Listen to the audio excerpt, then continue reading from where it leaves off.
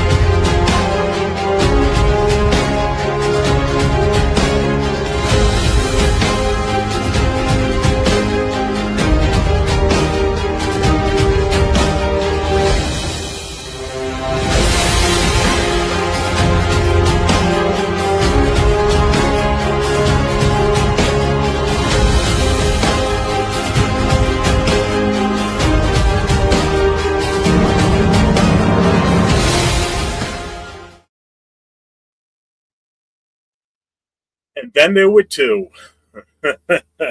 What's up, everybody? How we doing tonight?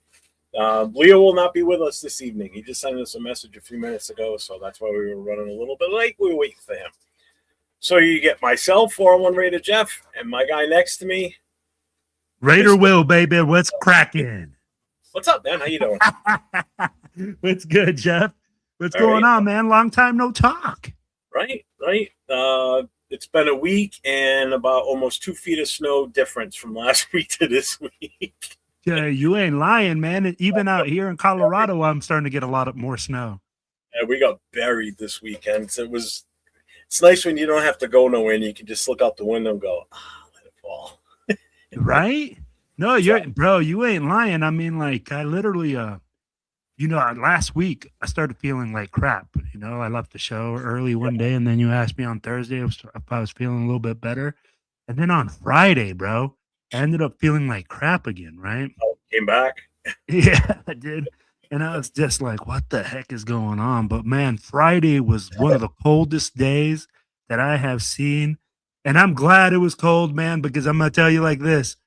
Hey, that game, that fourth quarter in Denver, holy smokes, bro. Was it like 6 minutes into the third quarter and it started snowing? Because they showed a time lapse after the game, like during the night game. I was watching. I was like, wow, that's pretty freaking cool, because earlier in the game, the sky was open. It was nice. Beautiful day. The temperature wasn't bad. And then, bam, second half started and it started getting cloudy, and then the snow came.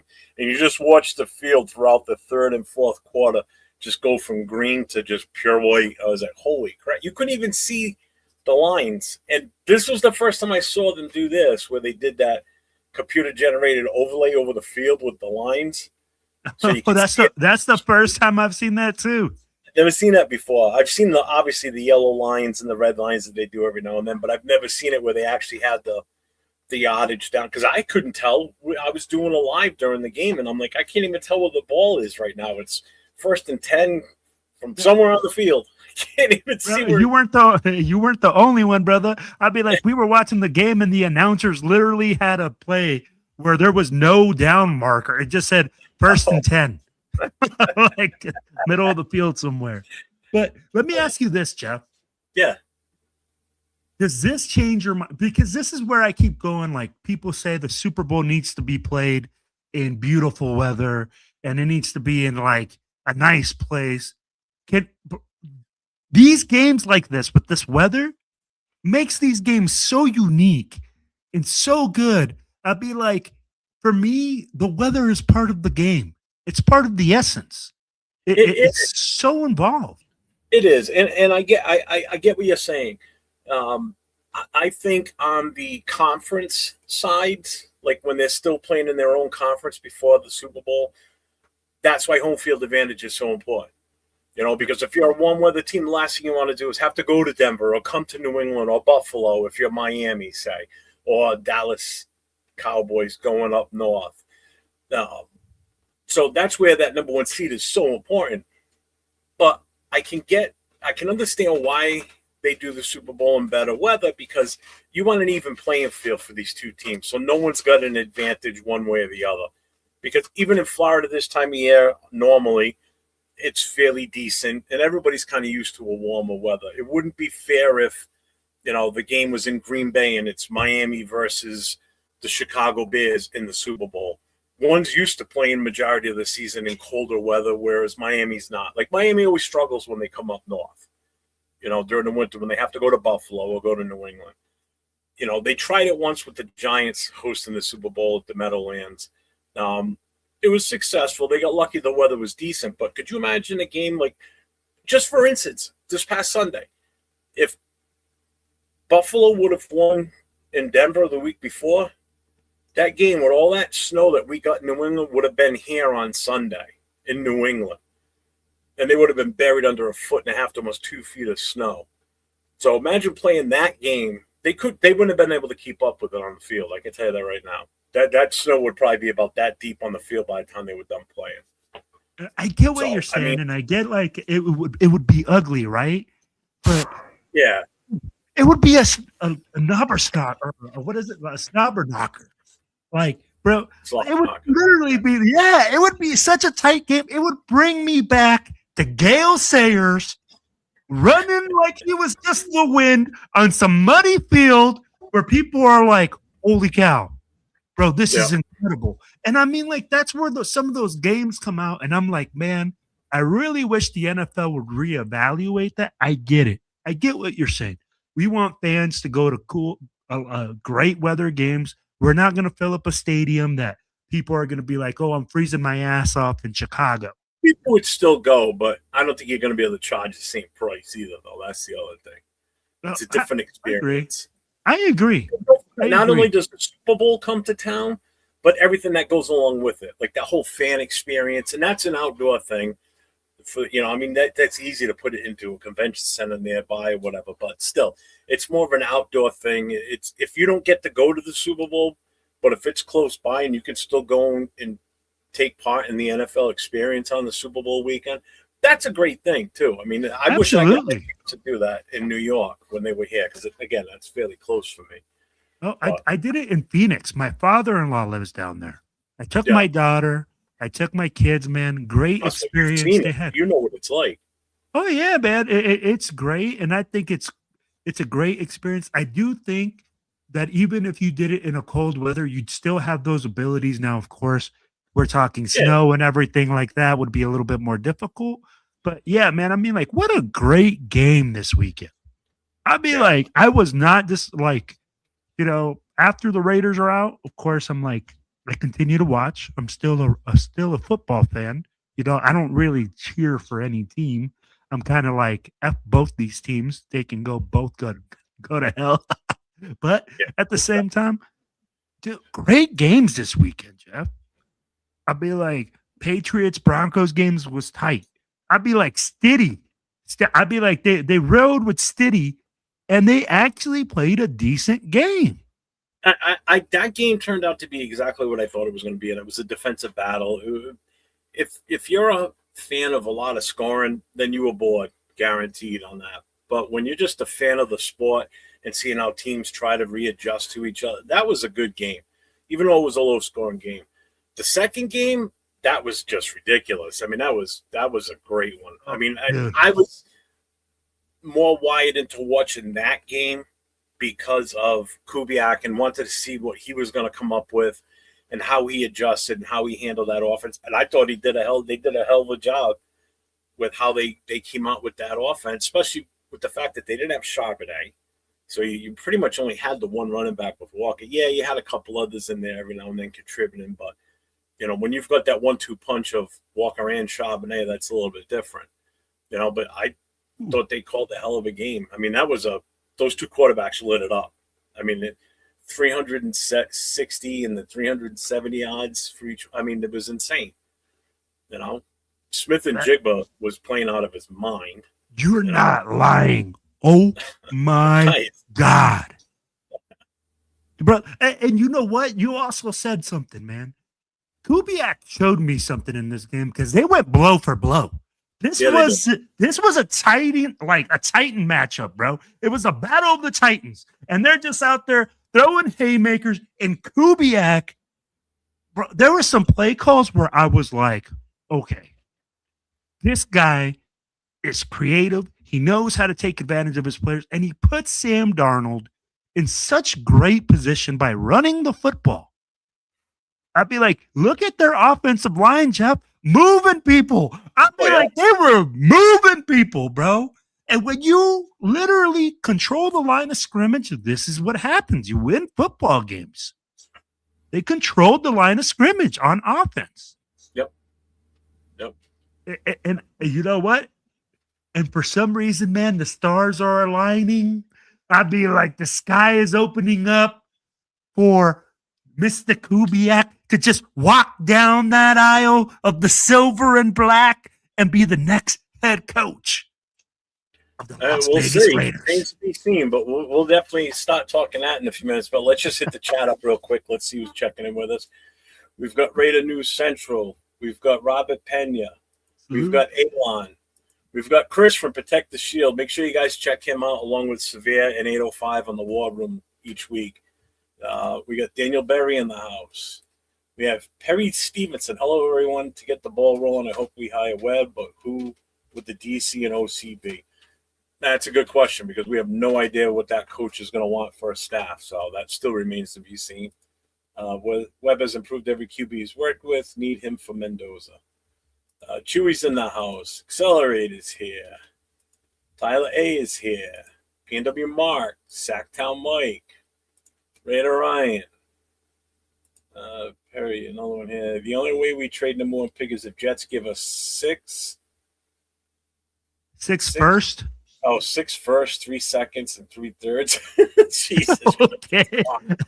John is in here. He says, Jeff, I send you something. It's real. Clint Kubiak will make a decision February. News is he's very intrigued with the Vegas job. I hope so. Oh, crap. We're stuck with Will. Oops. Jay Jackson's in the house. What's up, Jay? What's going on, my Jay? Good evening from Arizona. Hope you're staying warm, brother. Yeah, I'm trying. It's freaking cold out there right now, too. Let's see who else we have. Well, Linda's here. How you doing? See who else? I don't want to skip anybody. If I skip you, I apologize. Oh, Hope Nation, go Patriots. Yeah. My worst nightmare.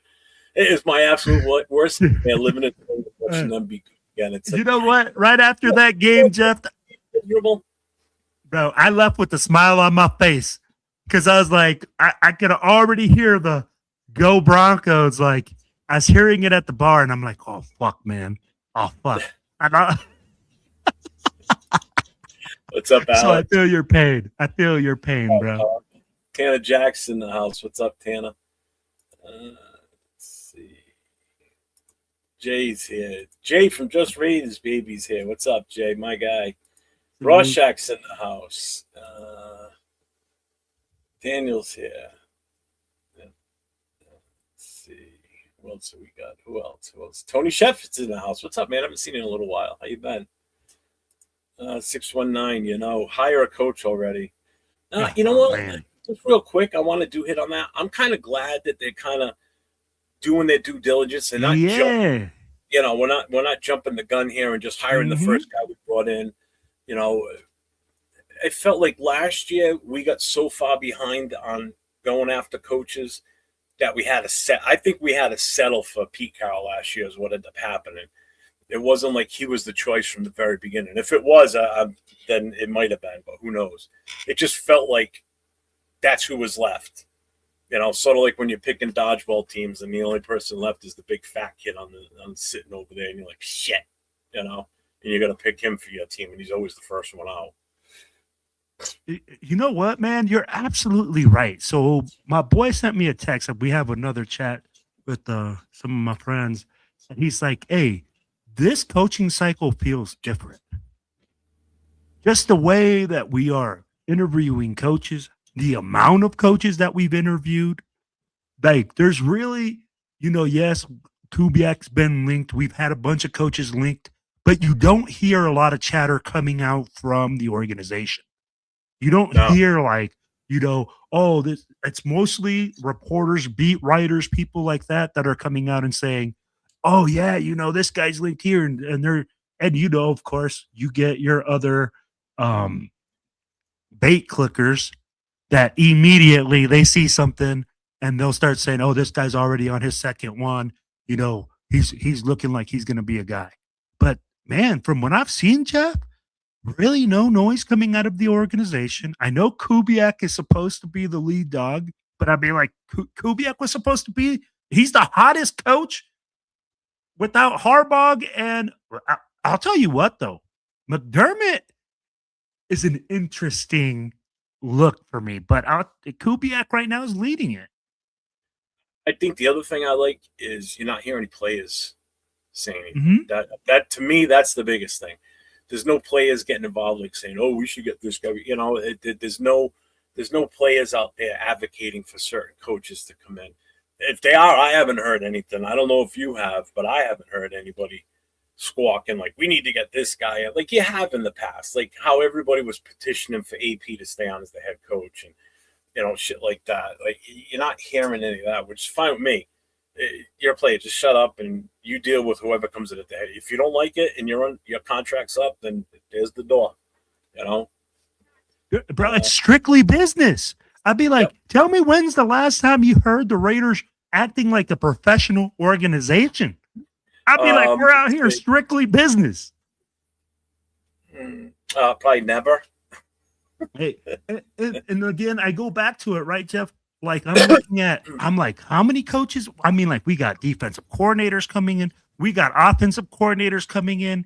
I'll be like, guys that I didn't even expect to get looked at or like get a phone call. They're getting phone calls. I'll be like, Spytek is doing his due diligence. Whoever he selects, I'll be like, it's going to be a really good pick for us, I believe. Perry, I saved your question. I started. We'll come back to that because that's a good. I want to get Will's take on that because I really don't even have a clue as to who would be a good fit. So let me just get through this. Jason likes chunky peanut butter. That's weird, but okay. Arnie's in the house. What's up, man? MC, what's up, MC Raider? Edgar Sosa. Now, on their show, I asked in the chat. He's like, anybody got any questions? Go ahead and ask them in the chat. I said, do you like smooth or chunky peanut butter? He's like, I like the chunky. What's up, Roy? Brandon, what's going on? How you doing, man? Let's see. You having the below zero wind chills? It's pretty freaking close, I will say that. Arnie, I'm coming back to your question too, man. I got to finish getting through this. Let's see.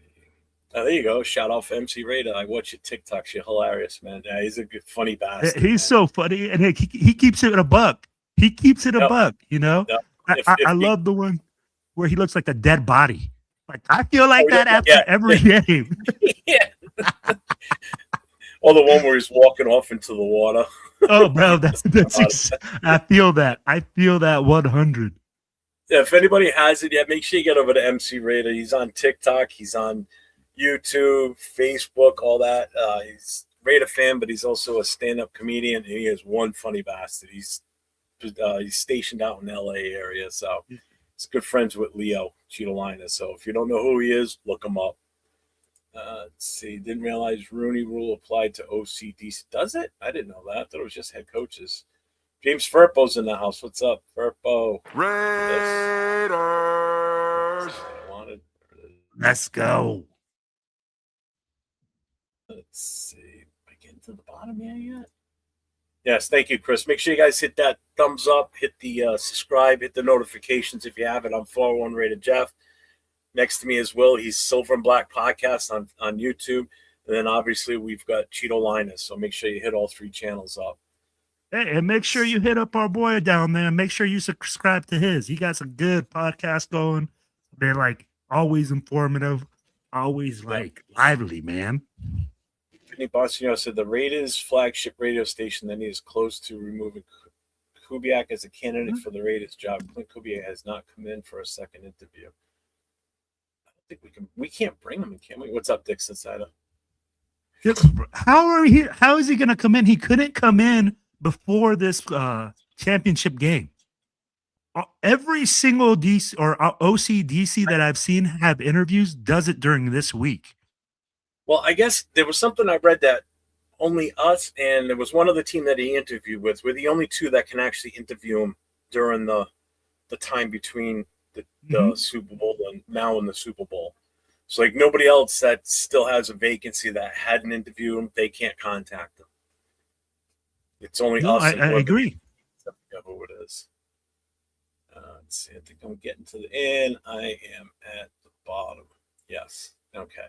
So let me go back to those Mark questions real quick here. So first, we'll bring up this one. If Raiders hire Webb, who would be ideal DC and OC?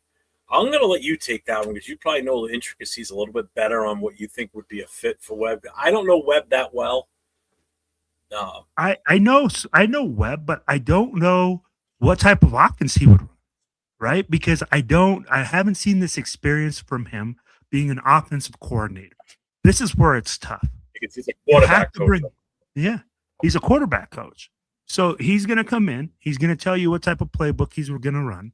If it's going to be similar to Sean Payton, I don't know. That's his tutor, right? Now you would assume so. My thing is this, Jeff. If you hire Webb, you're taking a big risk. I'd be like, he's inexperienced play caller. He's never had a head coaching experience. So you have to bring in somebody, in my opinion, that would be a heavy hitter. A guy that can come in and like either steady the boat or a guy that's going to come in that he brings in. Again, I don't know who he would bring in. I don't know who's in his coaching circle.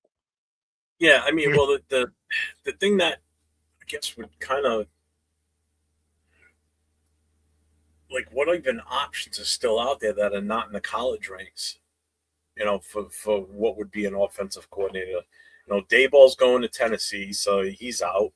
McDaniels went to the Chargers, which is he's gonna kind of tie into the next question that I got here. What, I'd be like Kingsbury? I'd be like, you could bring in a Kingsbury, but a Kingsbury's gonna like you're gonna have basically if you hire Davis, I think you're gonna have to take a flyer on it. It's gonna be a whole rookie coaching staff, to be honest with you.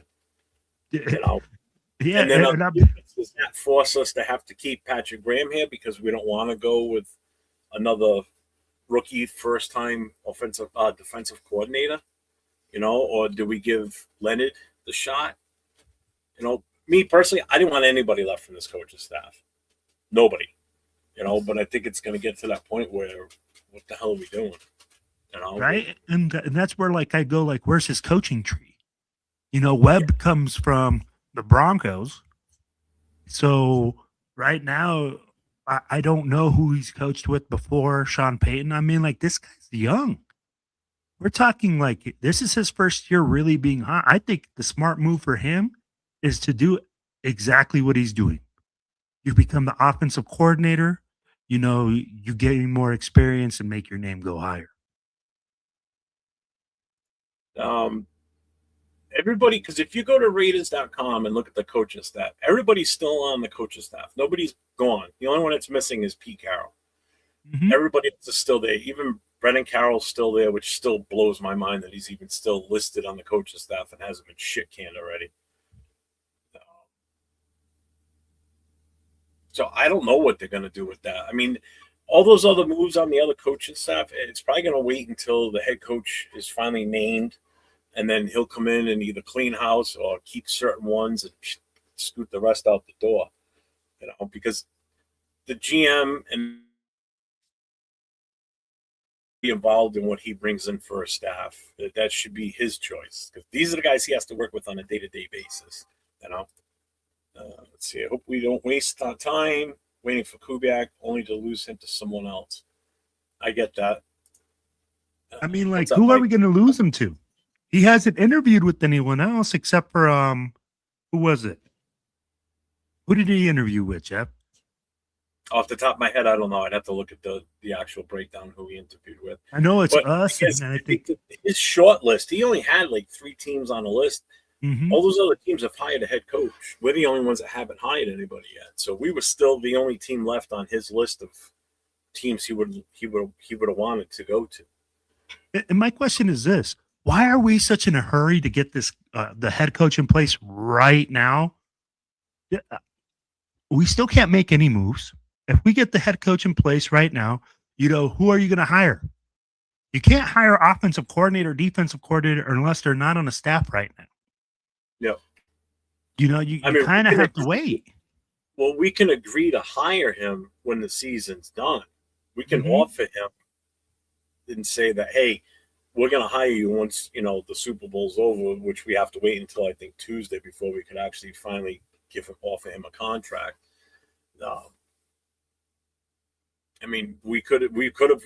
Should have done that this week. Who knows? I mean, again, the week's still young. It's only Tuesday. Yeah. So there's still time. But I'm fine with taking our time right now because there's still, another name that could still fall in our lap is if we turn around to Mike McDaniels, hey, listen, we want to offer you the head coach because it's not a lateral, it's still a move up. If they want to offer him the head coaching job, he's still available technically for a head coaching job. McDermott's still available. I'm not saying that these are my top choices, but this goes to Arnie's question here. He goes, if Kubiak decides to stay in Seattle and all the head coaches are hired, who is your worst case hire after Kubiak, LaFleur, and Davis are gone? After that, my personal favorite out of what's left would have to be let's reach back out to Mike McDaniel and say, hey, listen, we want to interview again, for the head coaching spot. I don't know who else after that. Do you want to take a flyer on a really unknown? Are we going to go as deep as into the college ranks now? If those three are gone, or LaFleur says he wants to stay in L.A., and Kubiak wants to stay in Seattle, and Davis doesn't want to leave Denver, we're limited. Unless you can pull another name off that I haven't thought of. I'm literally... Joe Brady's off the list now. They just hired him at Buffalo. Yeah, so I'd be like, and that's one open spot. Literally, so now Arizona, ourselves, and Cleveland is left, right? Yep.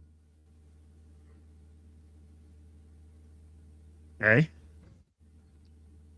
I'm calling Sean McDermott, and I'm fucking coming to his house.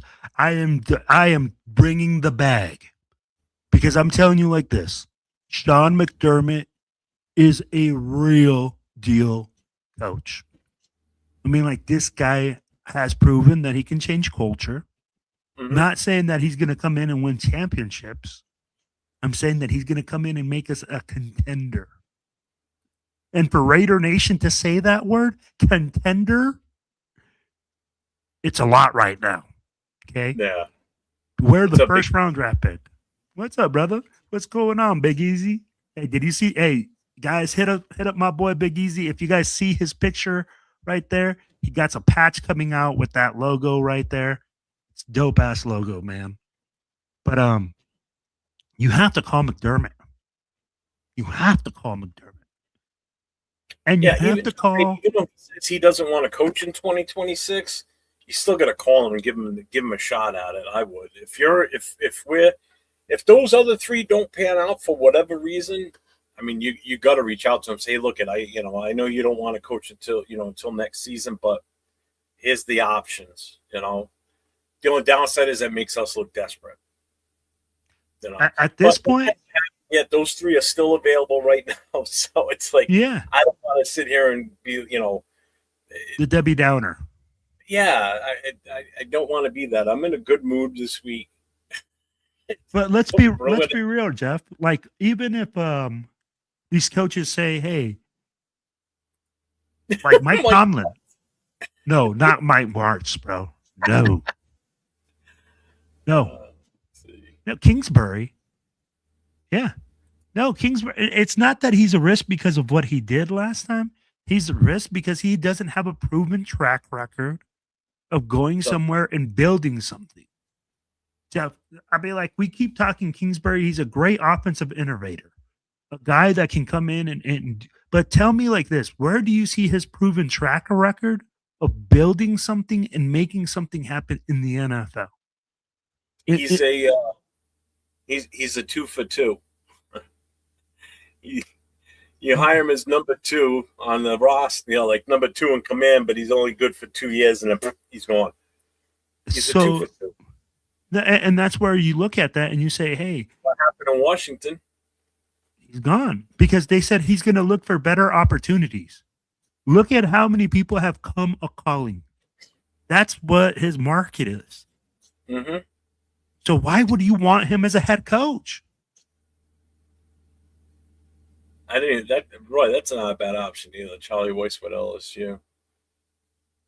But again, is that where he went? No, he was with Charlie he was with Ole Miss. Yeah, because he moved with Lane Kiffin. But let me ask you this, Jeff. Okay? Yep. Now you bring in a guy from the college ranks that has what proven track record to change an organization, to bring in culture, to bring stability. I'd be like, Charlie Weiss Jr. is a hot name. I get it. His dad used to coach. But he's coached in college, and now we want to bring him to the NFL and say, hey, you're going to take charge of this team that just got the first round draft pick. I don't think you do that to Charlie Weiss. Charlie Weiss needs to get experience, man. He needs to be a coordinator for a while first, and he needs to grow in that. Yeah, I mean, I get that too, but at some point you got to give someone a chance. Do we want to be that team? Not really. Not if you're going to have a rookie quarterback in here, possibly, which I'm still not 100% sold on. But see, Raiders are screwed. Peyton interfering with Webb. What's up, man? Some diehard fans being a Raider fan going to be hot. Yeah, it is. Yes, it is.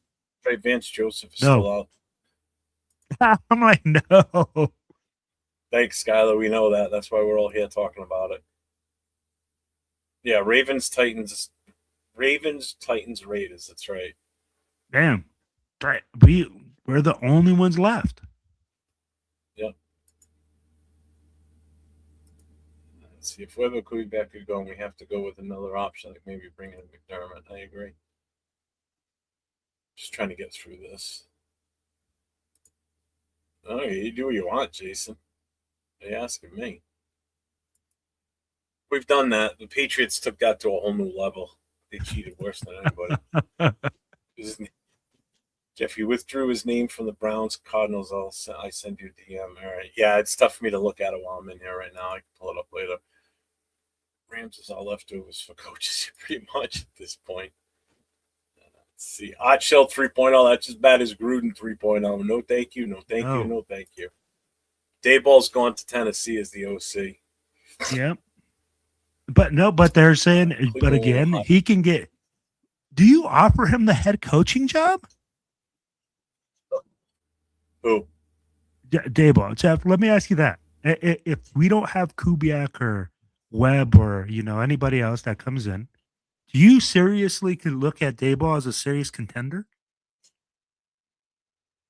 Because he does have that written into his contract, that if he does get the head coaching job, that, he'll take it. I mean, you could. I mean, I wouldn't be opposed to it. I mean, all those other options would have to be gone before I would go that route. I would have rather had him here as an OC, to be honest with you. But agreed. I don't know, man. That's a tough one. Man, this chat is jumping tonight. Holy crap. Brian Flores. I don't like Flores, but a lot of former players seem to like him a lot.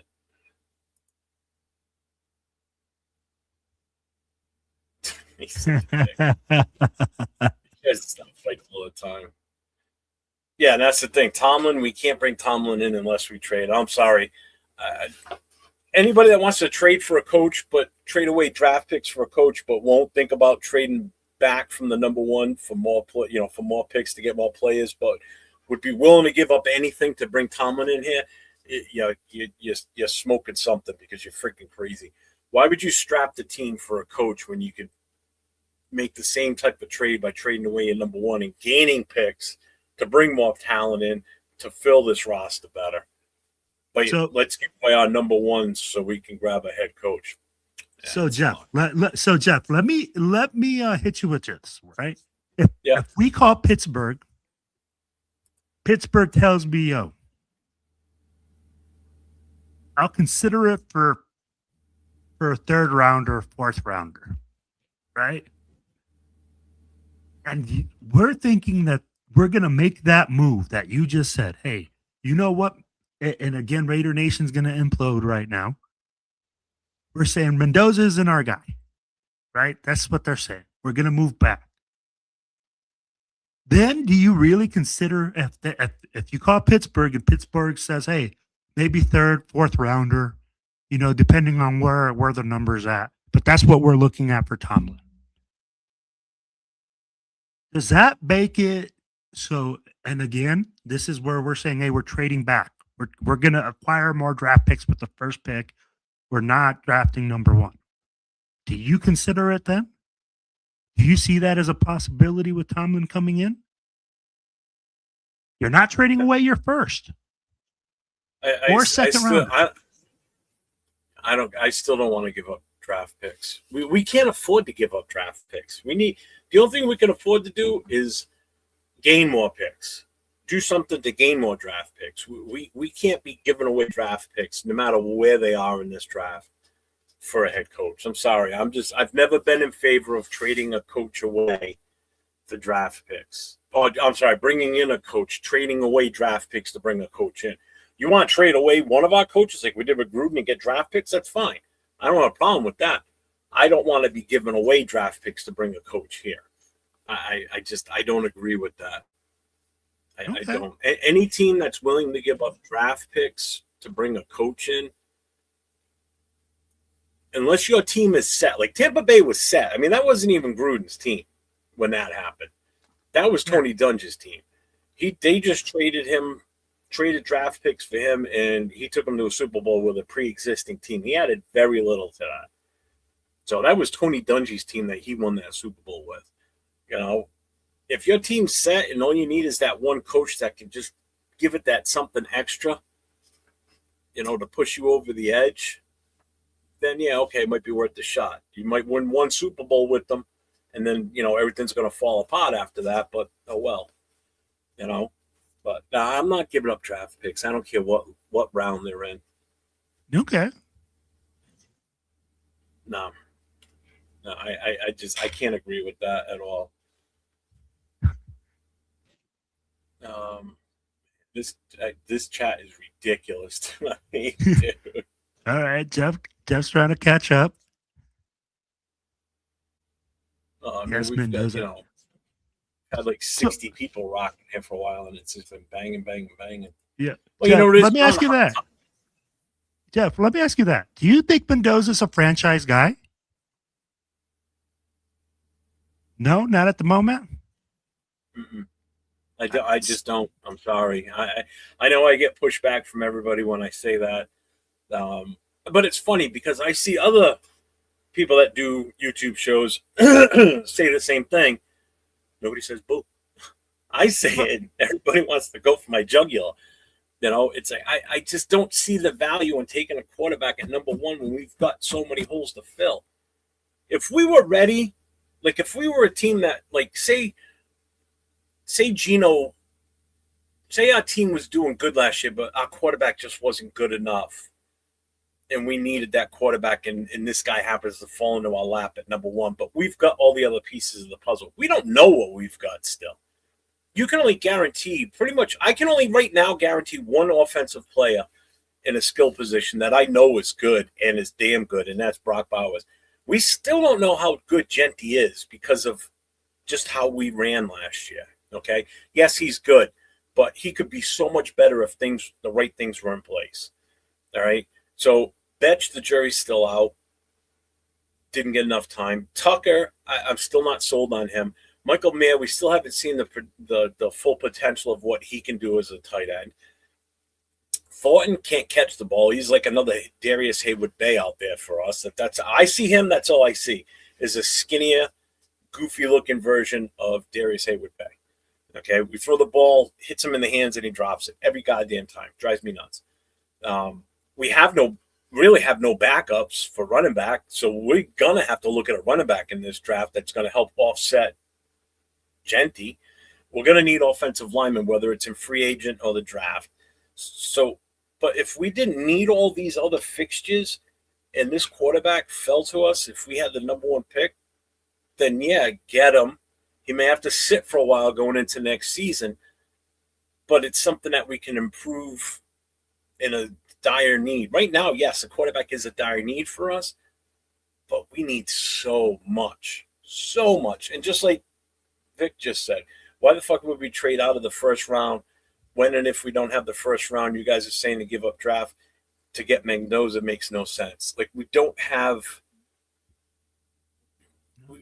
Why would we give up draft picks? Or not that was. It was the one about Tomlin. Why would we give up draft picks to bring in a coach when we've got so many goddamn holes to fill? You know, we can't afford to lose draft picks. We need more, is what it is. Mm-hmm. I just don't see him. I like, when I consider a value for a number one pick, it's somebody that I'm drafting is going to be put on the roster starting right away. A plug and play type of player. Mendoza's not a plug and play. I'm sorry. He's not going to be starting week one unless he absolutely just blows everybody away in preseason and just, you know, from the first game goes out there and just has a freaking killer game and it just keeps going. A guy like a Caleb Downs or Bain or Reese, those are guys that are going to, as soon as you draft them and you give that card up to the podium, guess what? Get his ass on a plane back to Vegas, start getting his sizes for his uniform for week one, because he's going to be starting right away. You know those guys are going to start immediately because they're just that talented. Quarterback needs too much support to be effective. He needs a supporting cast. And if we don't have a supporting cast for a rookie first year, number one overall pick, that's not value. You know, a defensive end doesn't need a massive supporting cast around him. He's going to go out there and do his thing, whether he's 1-on-2 or 1-on-1. He's going to get his job done somewhat in one way or another, you know, or a linebacker. He's going to get his job done regardless. Quarterback, if that supporting cast is bad, it's going to be a bad sitcom. No, and you know what? You just said something so key right there, right? I'm not going to say that he can't be potentially a franchise guy. Can he be that? Yeah. But am I going to say that he's going to come in right now? Because I'm going to give you guys the facts, okay? When he was at Cal and he didn't have all these stars around him, okay? Because Indiana was built differently. Indiana had 4- and 5-year seniors on that team. And they had a lot of guys that were undervalued. Mm-hmm. Right? So he had he had grown-ass men. He had a star-studded team playing with him. Now you're going to take him to the Raiders and put him with who to block for him? Who's going to catch the ball? Everybody says Brock Bowers. He can only catch so many passes. Doesn't have a number one receiver, doesn't have a number two. I'll be like, things like that come into mind. I'll be like, but can you draft them? And again, if you draft him, you're going to have to put him on the bench. It's just like you said, Jeff. To me, he's not an instant starter. He's not a guy that's going to come in here. He's the best player on the roster, unfortunately. But if you put him out there, Jeff, with this roster, with this offensive line, he's going to crumble. He's going to have a terrible time. And well, you know this. Yeah, and you see it in the chats all the time, too. Like, I'm seeing it right now. They're like, well, we'll just get the offensive line. There's no guarantee. That's what you have to understand, too. We're not a desirable location, okay? Right now, we have no head coach. We don't know what the rest of the coaching staff is going to be. We have no idea, even when the head coach comes in, until he picks an OC. We don't even know what type of offensive system we're going to run. You don't have any clue on any of that right now. So right now, priority one is the focus is on the head coach. The draft, the number one pick's not going anywhere until draft day. Okay, so right now it's the head coach. The head coach is the most important thing that we need to really talk about or throw ideas around, talk it up, whatever. Free agency is the next thing, but there's no guarantee you're going to be able to get these guys in free agency that everybody wants. Yeah, we can reach out to these players and hopefully throw bags at them. Like everybody wanted Linderbaum. So did I. I wanted Linderbaum in the worst way. Throw a bag of money at him. But there's already rumors of him saying that he wants to follow Harbaugh to New York. So you're now going to compete with the Giants, not with the Ravens, because the Ravens don't have enough money. We can outbid them easily. Okay? They may franchise him. Who knows? They may not. Well, actually, I don't think they can because they didn't pick up his fifth year. They turned down his fifth year. So something along that line, I thought. So now you're going to compete with the Giants instead for that player. There's other offensive linemen out there that may want to go to a different location where they'll have a better chance to make, because everybody's goal is to win a Super Bowl. There's no two ways about it. So there's no guarantee we're going to get certain offensive linemen that we're looking for. We may end up having to just suck it up and deal with what we have on the roster now and add a guy or two in the draft. And even that, you still don't know fully what we're going to have. Now, yes, obviously the offensive line coaching during this past season hurt us more than anything. And that's been evident as to why, because of he wasn't doing his job. So the new coaching staff will have an effect on this offensive line for the good. Will they still be, able to stop and hold back players? Who knows? And we don't have an easy schedule next year. That schedule is rough. I don't know if you looked at you just said it. And that's why I'm saying, Jeff, if we draft a quarterback and we put Fernando Mendoza behind this offensive line, right? And we have all these things happening, that's a recipe for disaster. And then you're going to have this young man come in there and have his freaking everything that he's built is going to get fractured. Everything that he's put on the line and everything, all his confidence is just going to be fractured. So I'll just put it like that. I'll be like, we have to look at more things, and people have to be open also to just seeing more things than just Fernando Mendoza. I get it. People are enamored saying, oh, the franchise QB. But at the same time, I'm like, what we're doing is drafting potential. Yep. We're looking at the potential of him being a franchise QB. How many QBs have been drafted in the first round that have not had success? There's more that don't have success than have success. And then is it because they go in there and they have these like the guys that have success, they have quality pieces around them. They have quality coaching. They have quality players there. They have people there that are able to take advantage of what they can do. Do we have all that in place yet? No. So we got to look at that. You have to give those guys all the ability in the world to be successful.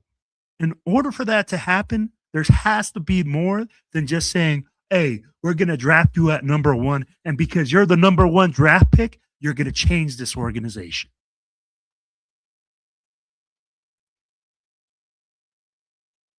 Trade Max for Tomlin in Pittsburgh's first. Hey, I'll tell you what, Pittsburgh might take that. See, I don't agree with this either, though. He's the most NFL-ready QB in the last 5 years. Jaden Daniels just came out. Did we not see what Jaden Daniels did last year? Are we not looking at what Drake May and Caleb Williams are doing this year? I'd be like, come on now, man. Come on. I mean, Drake May, obviously, he got even better once McDaniel got there. Much as I hate to say it, McDaniels. I hate that fucker. That was the best thing that could have happened to that kid because he had a phenomenal year this year. And I hated every minute of it. Yeah, see, and I know someone else said you want AOC to start. I never said AOC to start. There's so many. There's other things we can do. I mean, everybody's just like, as soon as we miss out on Mendoza, it's like, oh, there's no quarterbacks. Who says you can't take a quarterback later in this draft? There's no telling what can happen. Everybody's just, again, that all they see is Mendoza. I mean, how much of it is actually people watching him play and saying, yes, he's it, or just people following what everybody else is saying, Mendoza, because that's all you hear. I want to know how many people have done their research of more than 1 year of Fernando Mendoza. I'd be like, did you see the way that he played at Cal? Did you see what he did at Cal? Did you see how he moved in the pocket there? I'd be like, all these things. I didn't know anything about him until this season started. No, and then that's the thing. Everybody sees him at Indiana with this powerhouse team. You guys see my beautiful wife walking by? Hi. Oh, she can't hear me. Yeah, she can't hear you. But like I said, man, Fernando Mendoza, everybody's enamored what he did this season. I'd be like, we need to see a body of work. We need to see really what this guy can do. It's a big lot. So at the end of the day, until all that happens, man, I mean, like, I don't want to hear about what he did this season. I don't want to hear about what he did this college playoff system. Because guess what? That's just part of the equation. You can't just outbalance that with the whole rest of his last 3 years of what he didn't do at Cal. Did he do this at Cal? Did he make them a championship team? Why did Cignetti make him a champion? What was it that made him successful in Indiana? Can we reproduce that in Las Vegas? Those are all questions that come to mind when I think about Fernando Mendoza.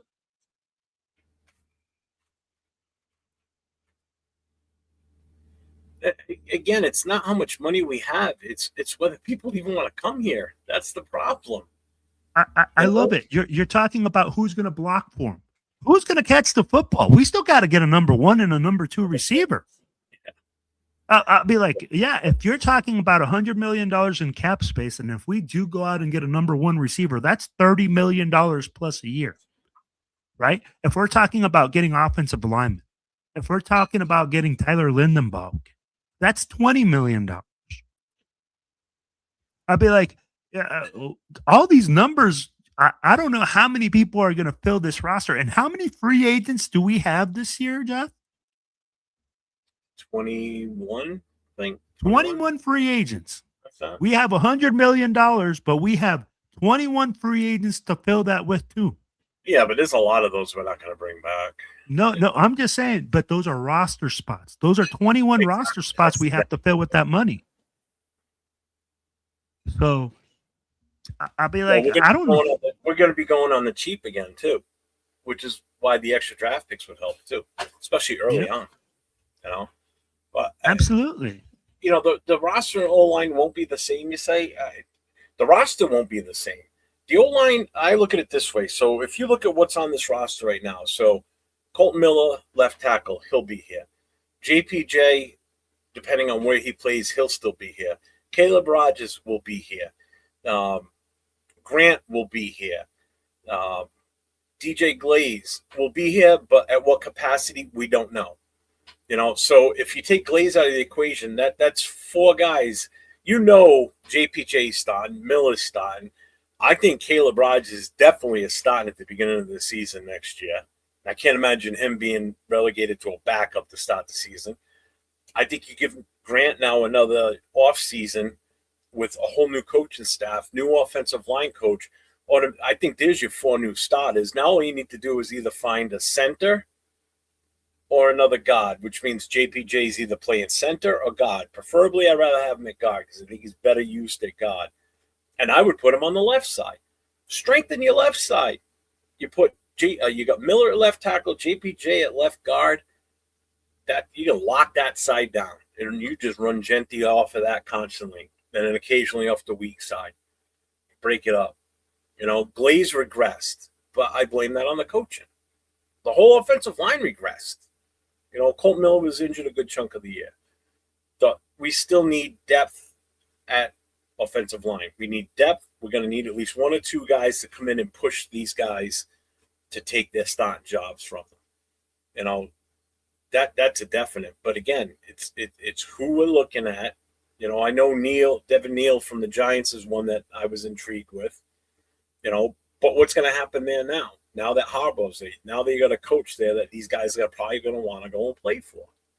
You know, and they're a young team on talent-wise, like skill position and everything. They got a good defense, young defense, and as good as they were down the tail end of the season, Thibodeau still wasn't playing for them either. He was out injured. So you take that into equation, you throw him into that, and they have a high first-round draft pick, early first-round draft pick. Probably go defense again, or if not, they go wide receiver or something. You know, you got Malik Neighbors over there. You got second-year quarterback coming back with Dart. You got Scatterbo. You got Tracy. I mean, they're right. They're players would want to go and play for them. Why wouldn't they? They're going to do some damage in the NFC East because I think the Eagles are on their way down. The Cowboys are going to do cowboy things. Redskins, who knows what's going to happen with them now? You know, Kubiak's Kingsbury's gone now, so who's going to take over as OC there? Yeah, you know? Lots of questions, right? Right now. We are not in a good spot. And I'm going to tell you right now, Jeff, he's correct. Big Luck, you're right. The roster will be different. The O-line will be different. But then guess what? We're still going to have one problem. We still got to gel together. There still has to be continuity being built. There still has to, if you're bringing in new guys, right? You're bringing in new coaches. You're bringing in a new scheme. You're bringing in all these new things. There has to be time and continuity. And I'll be like, at the end of the day, I'll be like, there is not very much patience in Raider Nation for that to happen. No. So it'll be like, honestly, what can we expect, Jeff?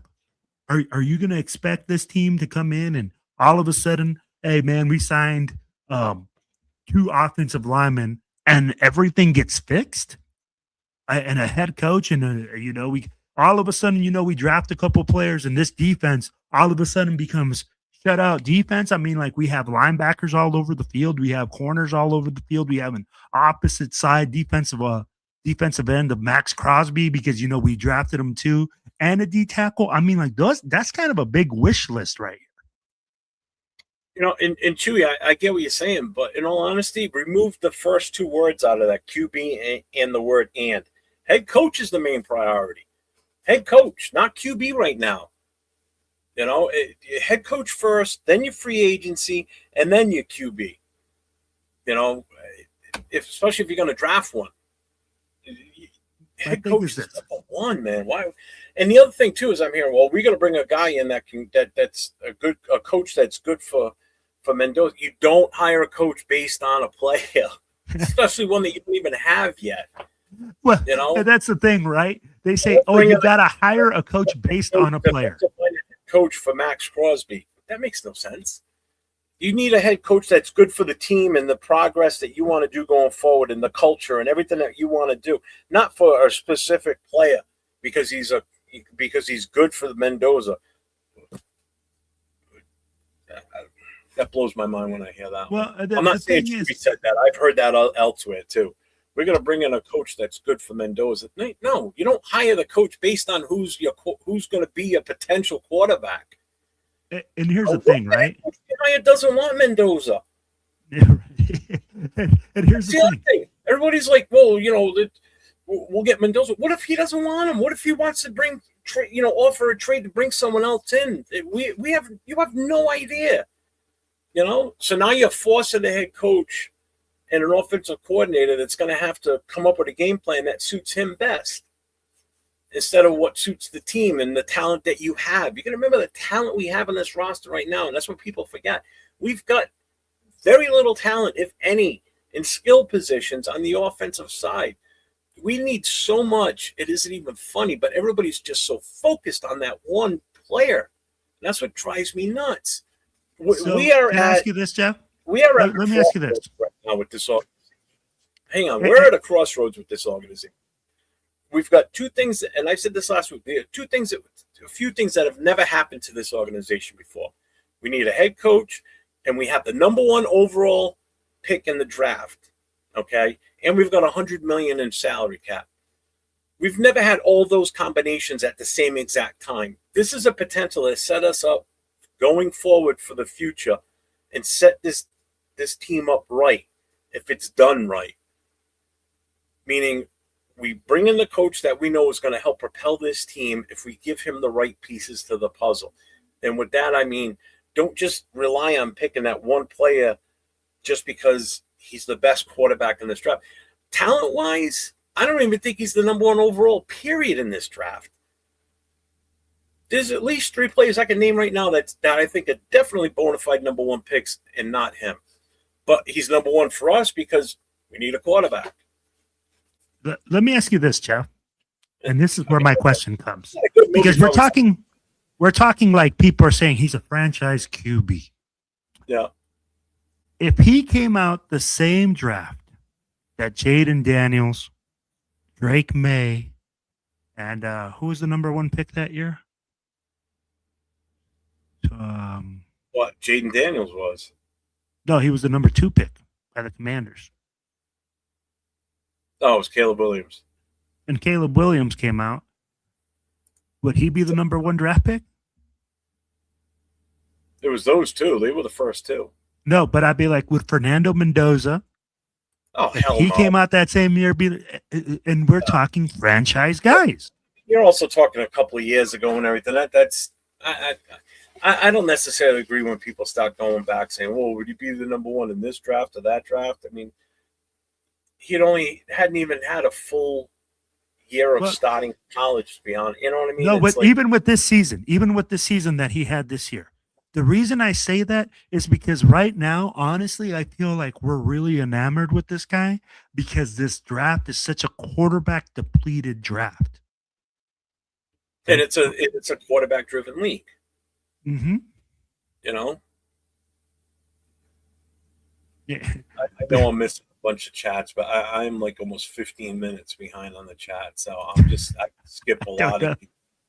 I am so sorry, guys. If I missed your chats, your messages, folks, I apologize.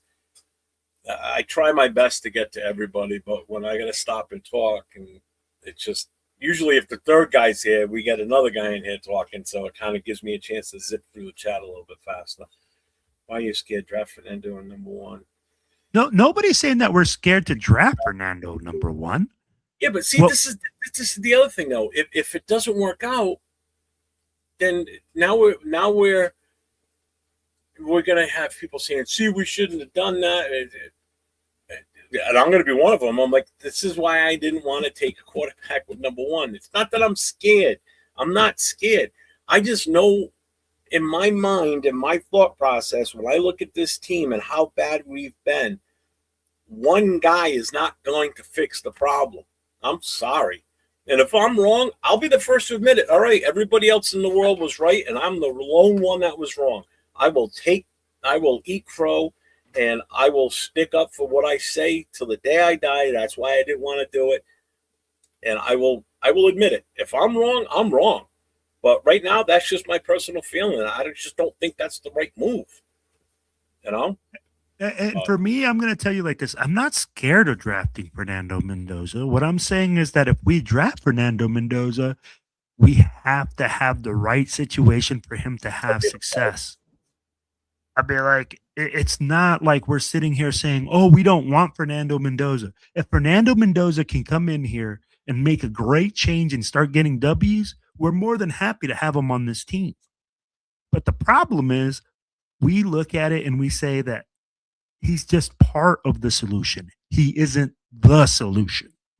He's a part of it. Can we agree with that, Jeff? Yeah. Will question. If we don't draft Mendoza, who do we get at the QB? Certainly not again, so if we don't draft Mendoza, it doesn't mean that in later rounds you can't draft a Trinidad Chambliss.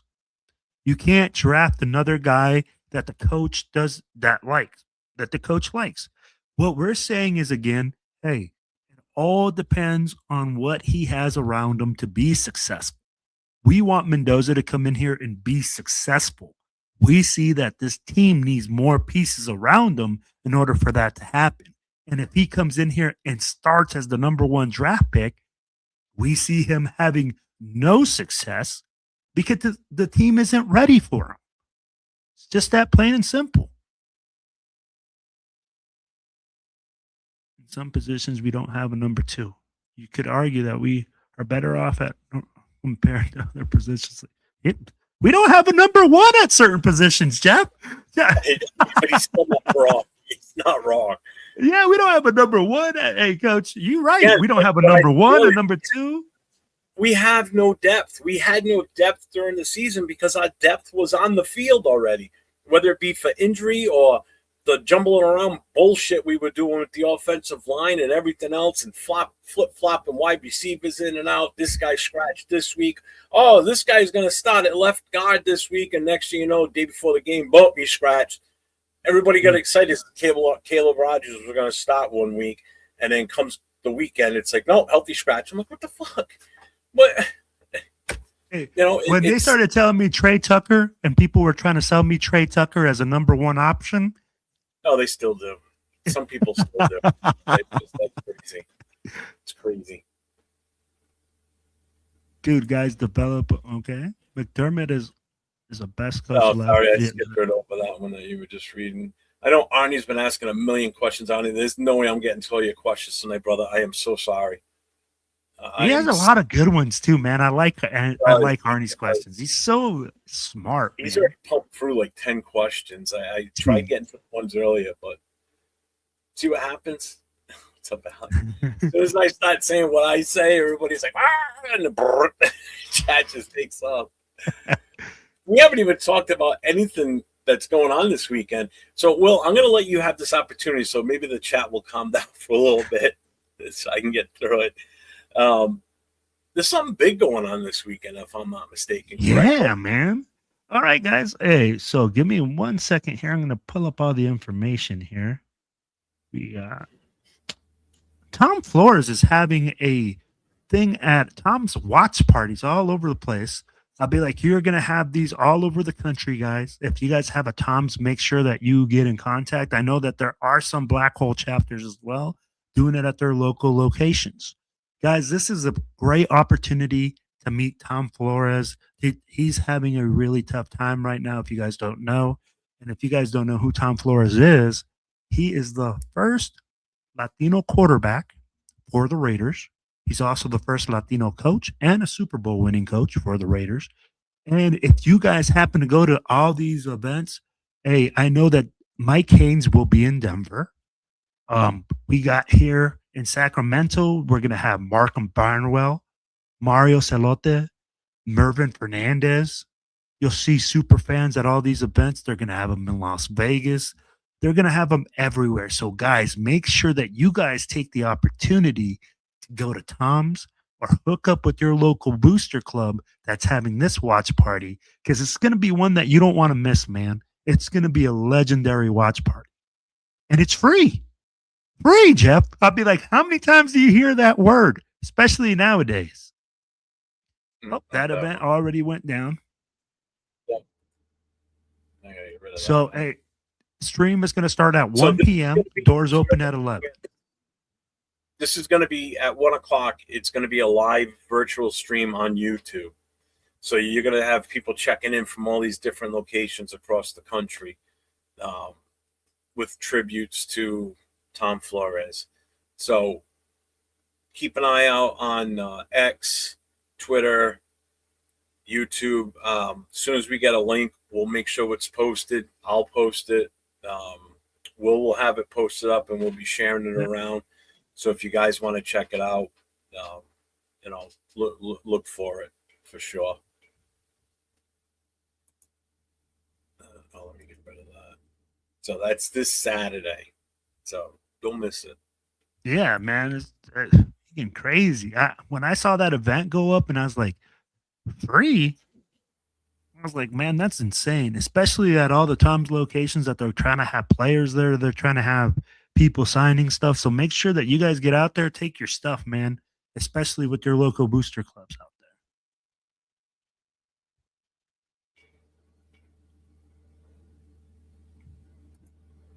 there. Anytime you had the number one pick in the draft, I think you should also need a new coach. Yeah. We need to stop putting Mendoza. Yeah, because he's talking about what you said earlier. If he was in the draft with them, and I agree with that. Sometimes that's tough to compare. I mean, again, that was 2 years ago. Nah. But and that's why we said I'm like it's a quarterback to play the draft. If you want to compare him against guys that would have come out this year but elected to go back, you know what I mean? Then that could be a little bit different. The guys that are going to play another year of college but didn't come out in this draft, because that's level playing field at that point, because they both played in the same, the same time frame basically. Like what's his name? Moore from Oregon. He's going back. If he came out, where would that put him in the ranking? I know. I get what you're saying. I guess the way I was saying is this, Jeff. Mendoza, But the way I say it like this, I'm like, do you look at it? Because if you look at him as a franchise guy, in any draft, he should be considered something solid, right? I mean, like a first rounder, at least. That'd be the best player on the team if we're using the number one pick on him. Yep. Hey, nobody's saying we should pick somebody else number one. We're saying, hey, you have to draft them. You draft. I get the answer on this question Ani just posted. I got the best positive answer on this one. Because if we draft him, that means his parents will be all the games, and that means his hot, sexy aunt will be at the games. Oh my gosh, bro! Hey, so I'll get to see her every home game, because the camera will be like, oh, there's mom and dad. Oh, and there's the hot aunt. Hey, good. If you guys see Jeff on the back of a milk carton, you know what happened. Don got him.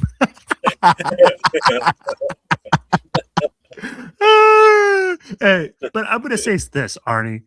The thing is, with me, I will say this. If Mendoza might not be a first round. Hey, in 1983, you might be right. But I'm going to say like this. I have questions on Mendoza just because of the system that he was in. It was a one read system. I really never saw him make more than one read.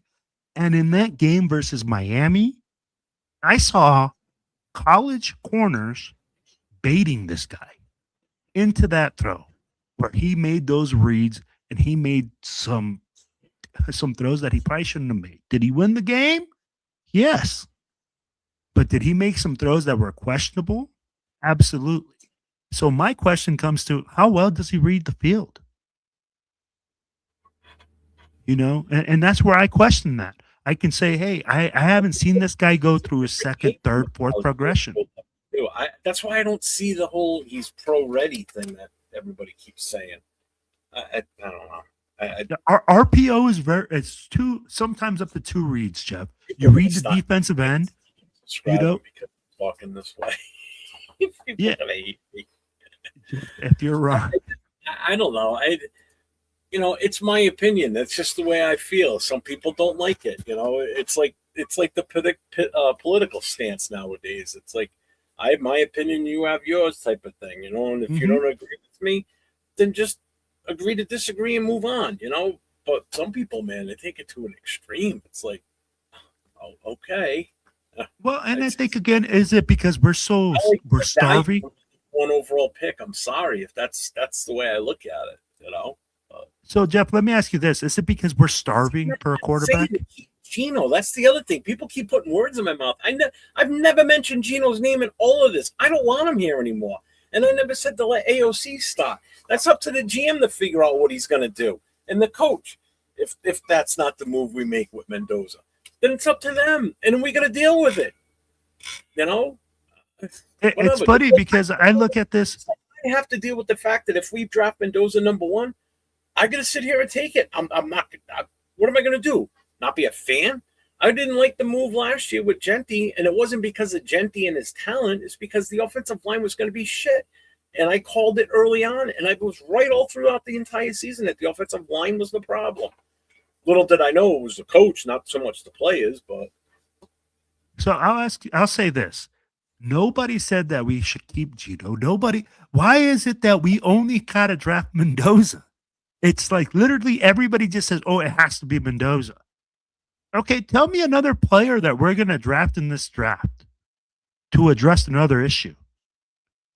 Because, I mean, like, if you're really telling me that Fernando Mendoza is the only solution at quarterback for this team, I'm like, that's a 1 in a million shot, Jeff. We could slice this thing several different ways. It depends on what the coordinator's looking for. I'd be like, if Kubiak doesn't like him, then we go with somebody else. But it's all whoever the coach and the GM want. And if it's not Mendoza, we got to be with that.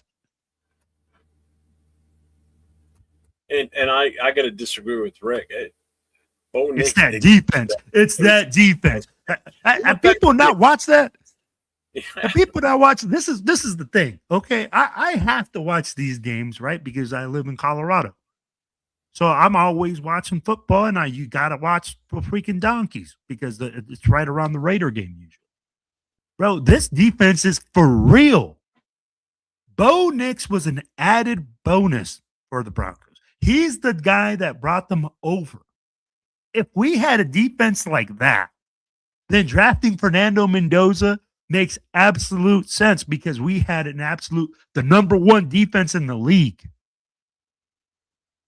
That's what Denver is. Then you can say, yeah, you have a strong team. But tell me, Jeff, did we have the number one defense in the league? No. Were we even top 28 or 25? No. Oh, we finished, but I doubt it. So then, I mean, like, come on, man. I mean, like, that's what makes the difference. You see, nobody's saying that Mendoza's a Superman or anything like that. That's the thing. They are basically saying, like, he's the hero. Exactly. I agree with you, Jeff. We're making Mendoza as like the savior of the Raiders. Chat tonight that he's the guy. He's going to come in and cook. He's going to be the chef. He's going to light shit up. And don't say no, because I'll scroll back through and find them all, because it's been said multiple times tonight that he's the man. He's the man. He's going to do this. He's going to do that. He's going to light the world on fire. He's going to save the world. Did you see him pick up that school bus and move it off those kids? That's basically what they're saying. So, and I mean, like, if he is, they are saying that basically. He's the savior. Like, the guy is here. That's what I'm saying. I'm like, we can't make this guy out to be that. Which QB in this draft is better than Mendoza? Arnie, there is no other QB better than Mendoza. But what we're saying is that the reason is because this is a quarterback depleted draft. I mean, like, if you're looking at other things, I'm like, Trinidad Chamberlain ain't no scrub either. That's we just have like over him. I would take Chambliss over him. Not at number one. Before anybody crucifies me, not at number one. That would be if we trade back from number one. Say we trade with the Jets and we move back and we get their 2 first-rounders this year, a first rounder next year. I would take a fly on Chambliss in like the second. You know, if he's still second, third round. Yeah. I would take a shot at him because you know what? You could have something there. I think he's more talented than Mendoza. I'm sorry. I think that kid's a hidden gem. I think so too. We got free agency and 9 other picks. I'm sure we can add talent to the team. I'm sure we can, but you better hit on those draft picks.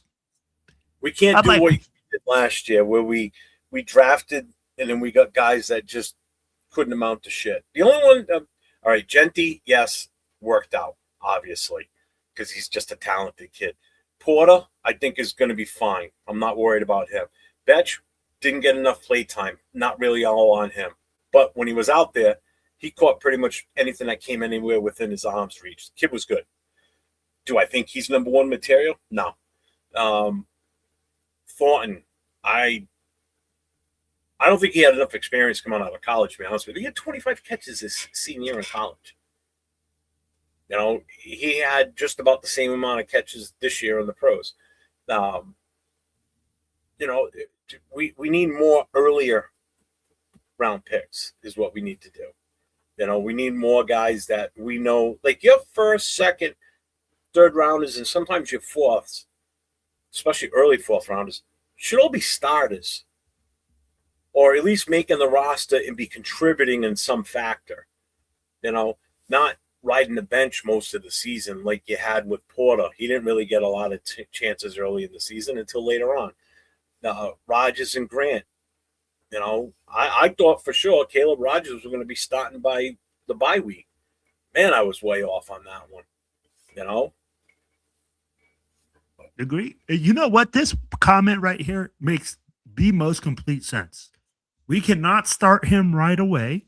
I would love for him to hold the clipboard. This right here, I can agree with. If you draft Fernando Mendoza, number 1, you don't put him in there.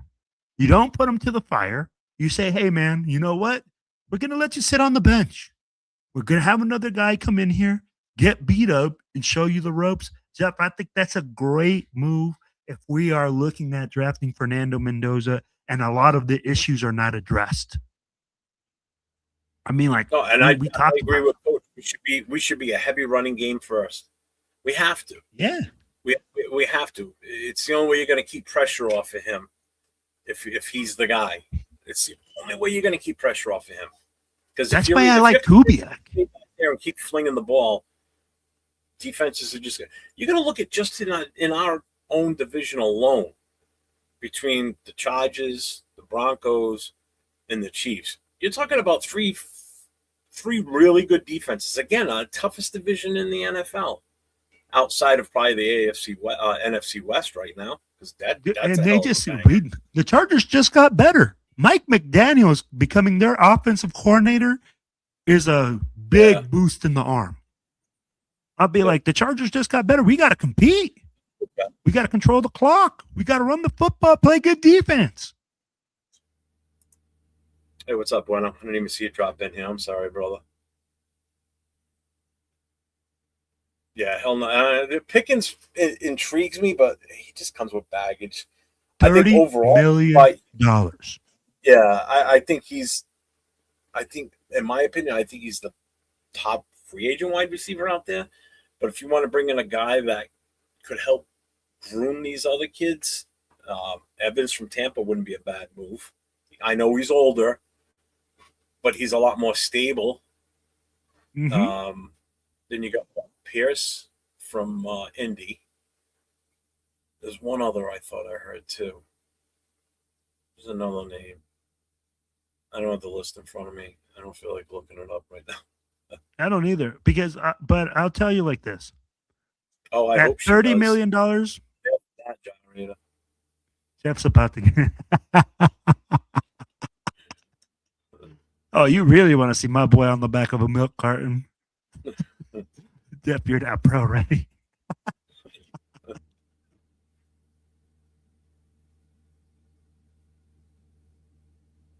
Oh, man.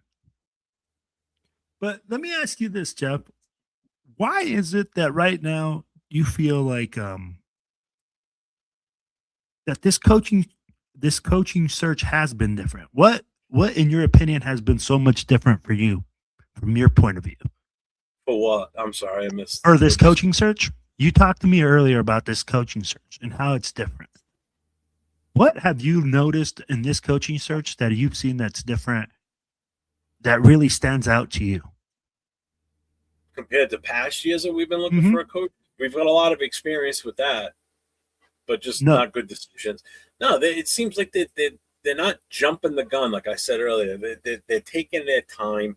They're doing, they're bringing. How often have you seen in the past where we've brought guys back for second interviews?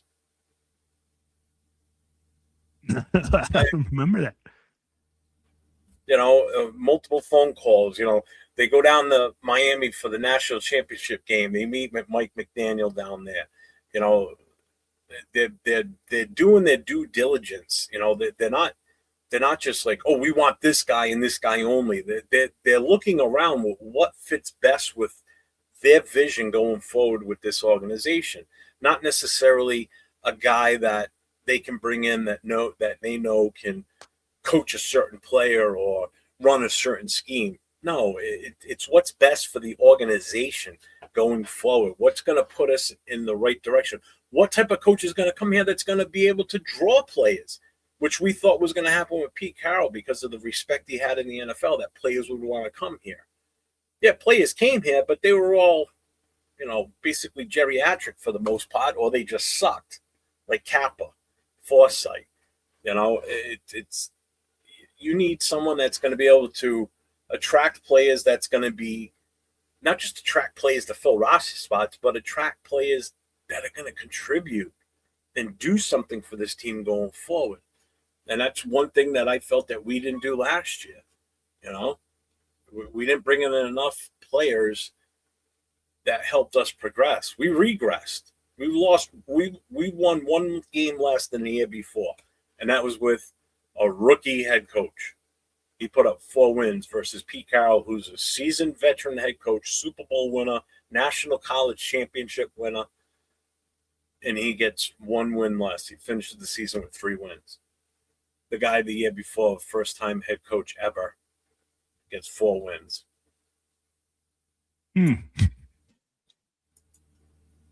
No, I get what you're saying. They're doing their homework, and that's why I've been saying you have to have patience with this. And yeah, it may feel like coaches are falling by the wayside. Options are starting to thin out. Joe Brady's off the list now, so you can forget him. Daboll's off the list. But when they're signed on as an OC, they're technically not off the list yet. Because you could still talk to them and still possibly pull them away from where they're going to be. It's happened before. Yep. You've seen it happened to us. Himself. Yeah, it happened to us. Bill Belichick did it himself. Mm-hmm. Went and he was going to be the Jets head coach and then resigned on a napkin, walked out and went to New England. So even a head coach, whether he's on that team, whether he's with that team or not, he could turn around and say, you know what? Nah, I'm taking the job in Vegas. Or it can happen to us. We go ahead and hire someone, and before the final decision is made, he's like, "Nah, I'm not taking that job. I'm going to stay where I'm at instead." And you're right, and that's where people got to look at that and say, "Man, I'd be like, it's interesting because it's almost like you said. We want to put the cart before the horse, right? Because everybody wants Mendoza." What? I'm going to say something controversial as shit and giggles. Well, I guess I'm guilty. You don't want to draft Mendoza, then you're down with ice. Oh my fucking Hey. It's the Seahawks. Seahawks. I live in New England. Patriots. Seahawks. What? Why? In this draft. There's no number 1 QB that you draft that you say there's a franchise guy. He will put this winning play 90%. What? Who?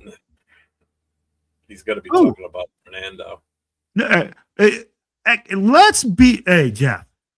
How many times did you see Fernando Mendoza audible? How many times did you see him audible? I don't know. He doesn't audible very much. They run RPO. Here we go. It's a read-based system.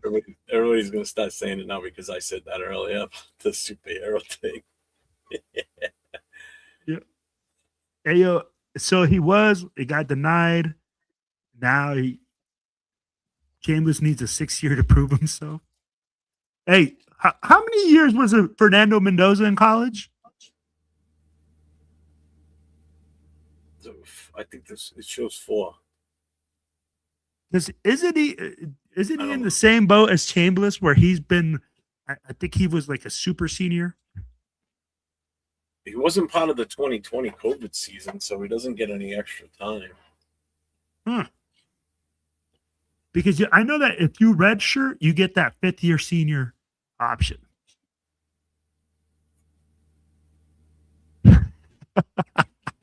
All right, and what are you going to do if he outplays Mendoza and becomes the starter permanently? That's what I'm saying. You don't know what we're going to get. You don't know what these.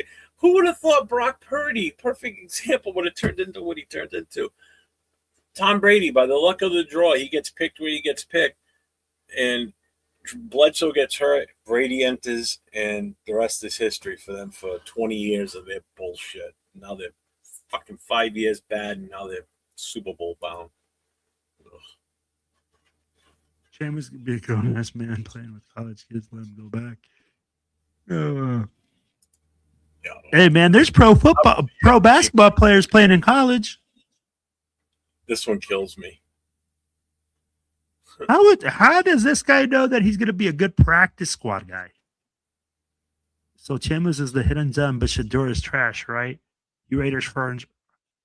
I never said Shador was trash, first of all, so I never said that. I guess Shador should have been a first round draft pick. Is that what is this guy saying?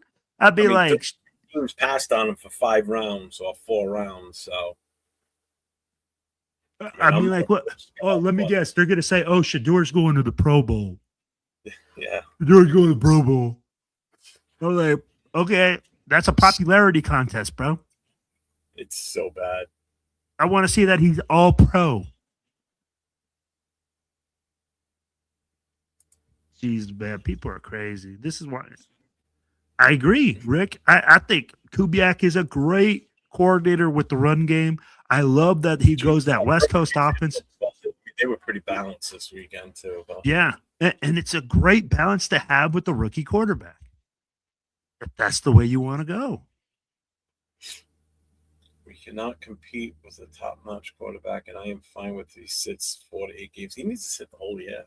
Yeah, if he sits the whole year, I'm good with that, too. What's up, Manuel? What's going on, my guy? What's up, Fu Chris? What's up, my guy? I'm about to play. Mendoza's best QB we got. He starts. I believe Mendoza was better QB than Kyle was coming out, and he started. We also had talent. Mendoza Carr was a second round draft pick for a reason, bro.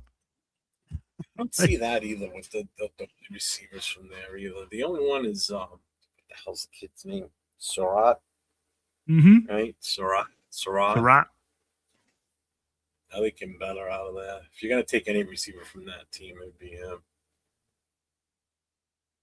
Because Omar Cooper reminds me of too close in the name to Amari Cooper. That's the first thing I saw of when I first saw the kid's name. You're like, no. I'm like, I saw Omar Cooper out there, and I'm like, no. I'm like, fuck, man, it reminds me of Omari. No. You know what, though, Jeff? You said something on one of our past shows. Hey, Amari was smart, man. He saw the writing on the wall. He lasted there a week, and he said, nah, I'd rather retire. Yeah. Yeah, 2 days before, just before the team got on the plane to fly to New England. Yeah. Like, I'm out, guys. Have a safe trip. See ya. I'm going home. Doing this. Yeah, I'm out. This is gonna be a shit show. He was the smartest player on that team with the shortest tenure. Yeah. He walked in the door like a revolving door. Walked in, saw the shit show. Nah. Bye. I'm gonna walk right back out. I feel like Spytech and Brady have to talk to Kubiak's agent, let him know. I mean, we can come to supposedly we can come to an agreement that we're going to hire him. We're like one of the only teams that can now. Yep. So what's the deal with us having a hidden coach interview? I don't know. Yeah. Right. Yeah. Hey, you ain't lying. We tried to bring Cooper. He said deuces. Yep.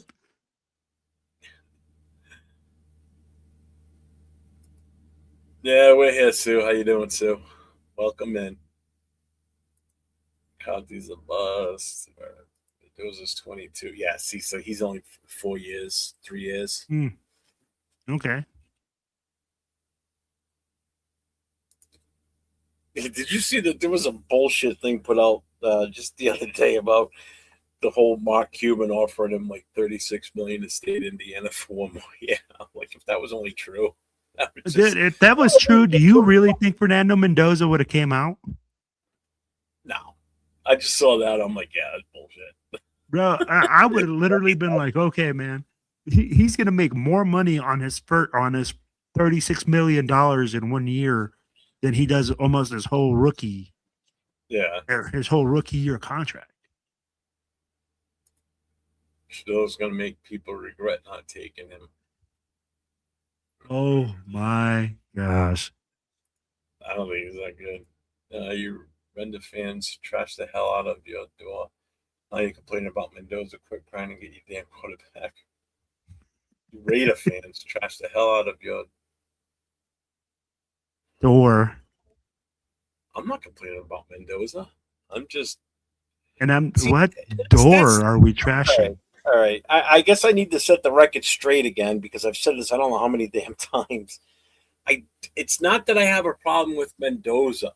I just don't agree with him as the number one overall pick. I just don't.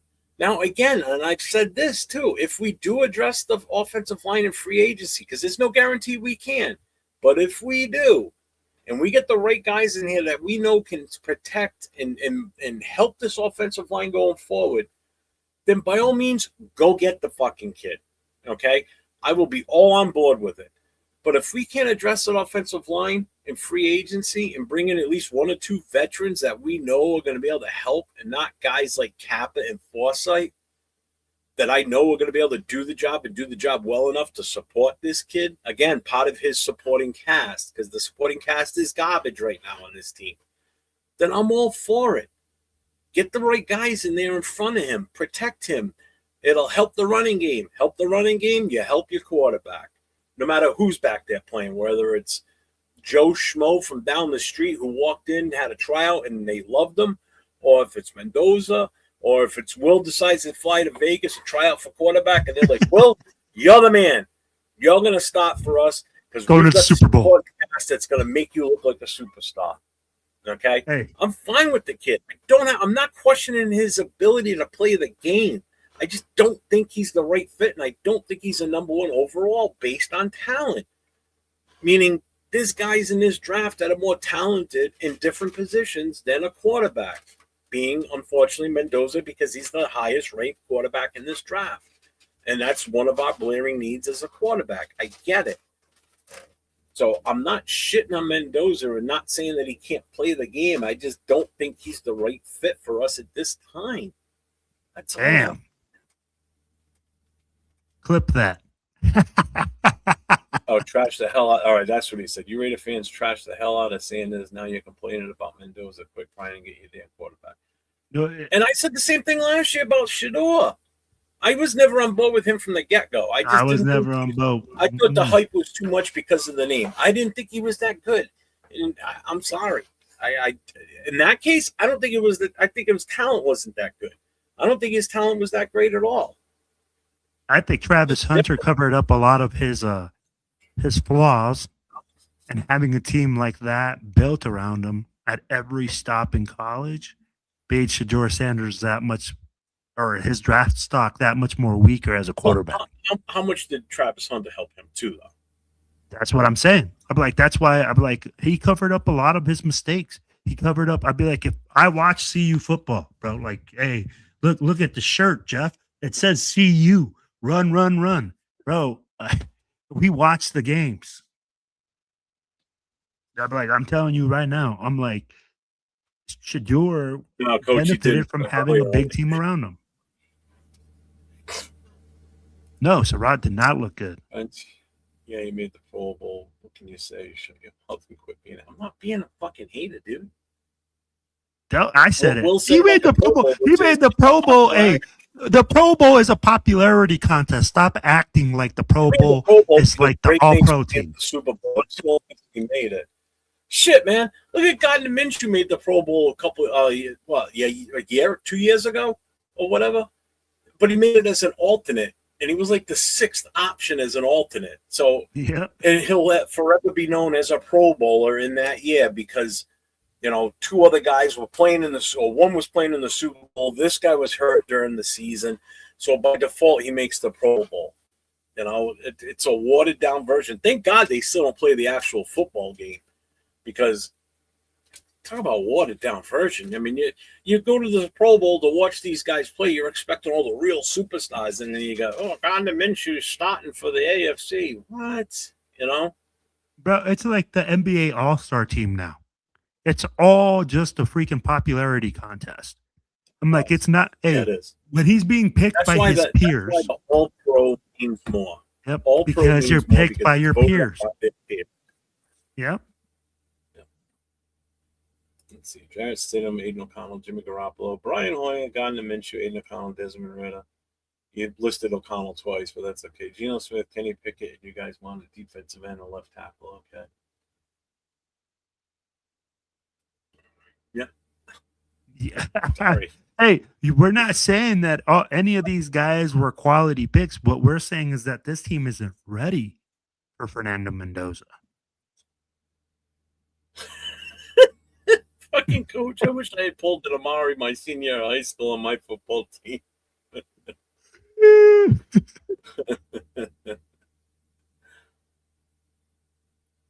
NFC South shall rise again. Oh. What, you mean the division where nobody could decide if they wanted to win it or not until one team lost and by default someone got in? Hey, man, the Panthers, the only thing I remember about the Panthers is that home opener last year where they fucking came in here with the red rifle and spanked our ass. Oh, that was horrible. Oh, I want us to do an all-black uniform, pants. Oh, that would be so dope. Black on black. I only want one game. Imagine how much merchandise they'd sell like that, man. If you change the design up on the shirts, you know.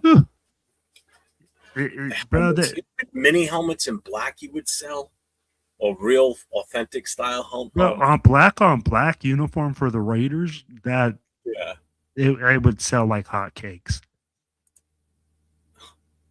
Laker Nation. What makes football his number one priority over everything else? Social media star rap here. Then I'll believe he's going to make us regret not taking him. Until that happens, he'll be trash. Thank you, Coach. Oh, thank you, Coach. I agree with that.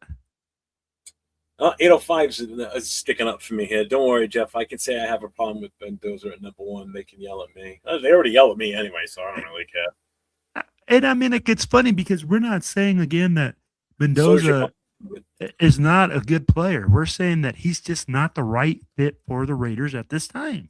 Yeah. He retired, Sue. After he left here and went to New Orleans for 2 years. Who do you think is worth passing on Mendoza for? Trading the pick away, first of all. If we were to pass up on Mendoza and we say, I will tell you like this, Bane. I would take Bane so that way we could match him up opposite side of Max Crosby. And you're going to have a 272-pound defensive end that can maul people. And he's actually, he almost reminds me more of a Khalil Mack. If you remember when Khalil Mack came out, he was built thicker than a Snicker. And I'd be like, he's kind of has the same body build. He has the same hands. And I'd be like, bro. I never heard that. I really see that. Well, that's good. Thicker than a Snicker. I just tell you, man. All I got from Jeff, from what Jeff said, is he hates Mendoza. He's son of a bitch. Man. There are 0 generational players to trade down for this. Whoa. Bane could be that guy. Grown man. I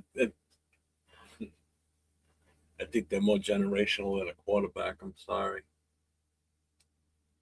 And the funny thing is, I remember everybody last year saying, if we don't get a quarterback, 2026 is going to be a great year for quarterbacks.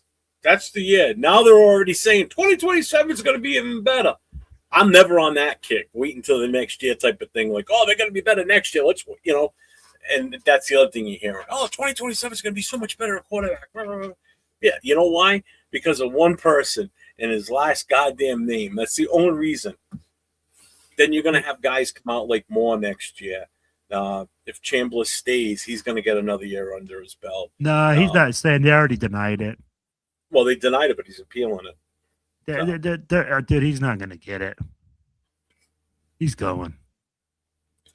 Raiders have no talent, but I hear your mom's got a lot Facts. of it. Yeah. Oh, jeez. Facts. That's a weak argument. Every great quarterback has help from a great receiver in some capacity. Stop. Yeah. And what great receiver do we have on our team? Exactly. I don't see anybody. Not Brock Powers, who's a tight end, not a wide receiver. That's a great freaking argument against yourself. Who do the Raiders have? No one. Tim Brown ain't gonna miraculously show up and be Hey, useful Trey again. Tucker. Trey Tucker's a number one. Don't you talk about Trey Tucker like that, Jeff. The speedy midget that couldn't out jump anybody because he's so small. 5'8", And then you got 165. one who's tall as can be, as tall as a fucking beanstalk, but he doesn't have the strength to out muscle anybody for a ball that's a fucking jump ball. Good luck. It's got a little fucking toothpick arms. There you go, Sanders. They're like the size of my two fingers. What the fuck, man?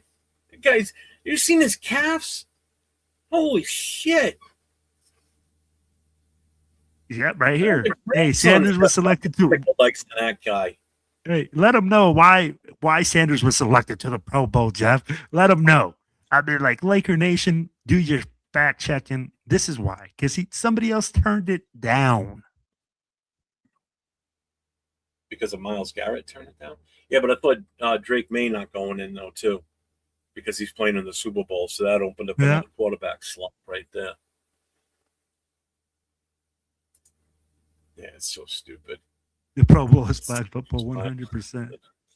The right is far from the exception, like Jerry Rice. Yeah, there it is. He reverted it again. Sanders was selected in Pro Bowl because Myles Garrett turned it down.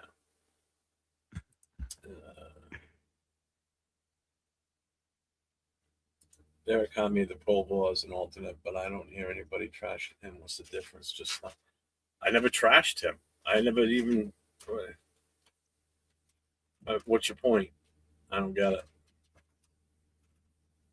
Derek Carr made the Pro Bowl as an alternate, but I don't hear anybody trashing him. Derek Carr also had some playoff wins there, bud. And he had winning seasons. When did he go in as an alternate? Oh, man.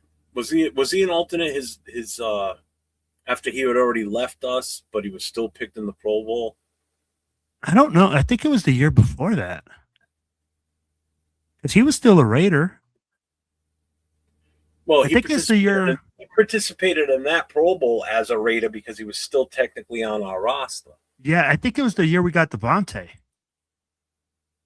Because I think he went that year with Devontae Adams, right? I don't remember now. I'd have to look it up. I honestly don't remember.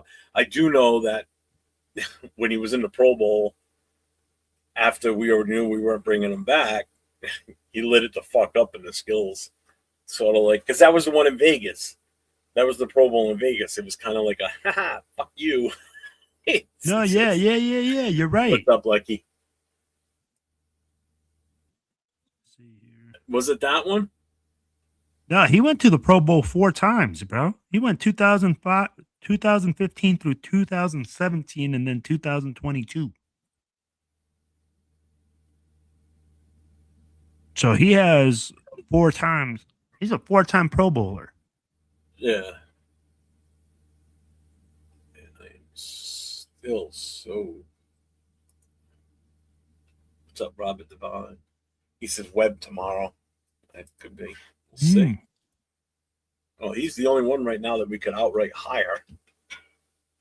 Kubiak and LaFleur too. But we didn't. Did we even interview LaFleur? We did, right? No, I haven't heard of anything. Like, I haven't heard of a second interview though. I think we did like virtual. Him and Shula. Who do you guys like? The Raiders starting QB. Oh my God. I mean, in all honesty, I mean, look, if we go by, oh God, if you look at our roster right now at quarterback, because obviously we're not going to probably trade for a quarterback, so it's going to be somebody that's already on the roster now. And with that being said, you're looking at Geno, Pickett. Well, Pickett's a free agent. And ALC 12. Those are your two options right now. That's all we have. So unless we trade for somebody that's a backup that we think can come in and start, you got to go with either one of those two as of right now. And it's not like that's who I want. It's just being realistic. That's who's on our roster right now that's under contract for at least another year apiece. So it's not like I'm sitting there saying this is who it has to be. Realistically, that's who it's going to be right now until something else is done. So again, you have to look at everything as the roster sits right now as we're talking, because there's no guarantee the roster is going to change going forward. We have no freaking clue. You don't know what's going to change between now and then. My first question would be, instead of who do you guys want the starting QB to be, is who do you guys want as head coach? Because that's who's really going to be the guy that's going to decide that. I'm like, whoever is the head coach is going to come in here and say, hey, this is the guy that you need. This is the guy I want to coach. So instead of being like, oh, who do we see as the QB of this team? We need to say, who do we see as the head coach of this team? Well, big luck. I agree. Chewy, but you got to look at what's on the roster right now. If the season were to start right now, you'd have no choice. We have no idea. Unless you've got a crystal ball and you can foresee the future that this is what's going to happen comes then. Why is everybody so negative on everything tonight? Why is nobody just I don't get it. Hey, so I'm going to ask Chewy this. How much better is Fernando Mendoza than Geno Smith? How much better is he? I'm like, is he going to come in here and all of a sudden, just because he's here, the whole culture is going to change? You're not going to like the answer they're going to give. Well, that's a bad question. No, I'd be like, hey, they're going to say, oh, yeah, he's far superior because he had this guy played in the NFL. This guy, yeah, he's had a Pro Bowl. He's had all these things that we keep talking about. But at the same time, I'm like, we got to be real with it. We don't have the coaching. I'm going to show you why you're not going to like the answer. You ready for this? So Big Luck says Bain is better than Mac was in college. Okay, That's a legit take. All right, I respect his take. Trading the pick would be incredibly stupid. Bain has short arms, and the tackles from Old Miss worked him. All right, there's another take. Here's my favorite.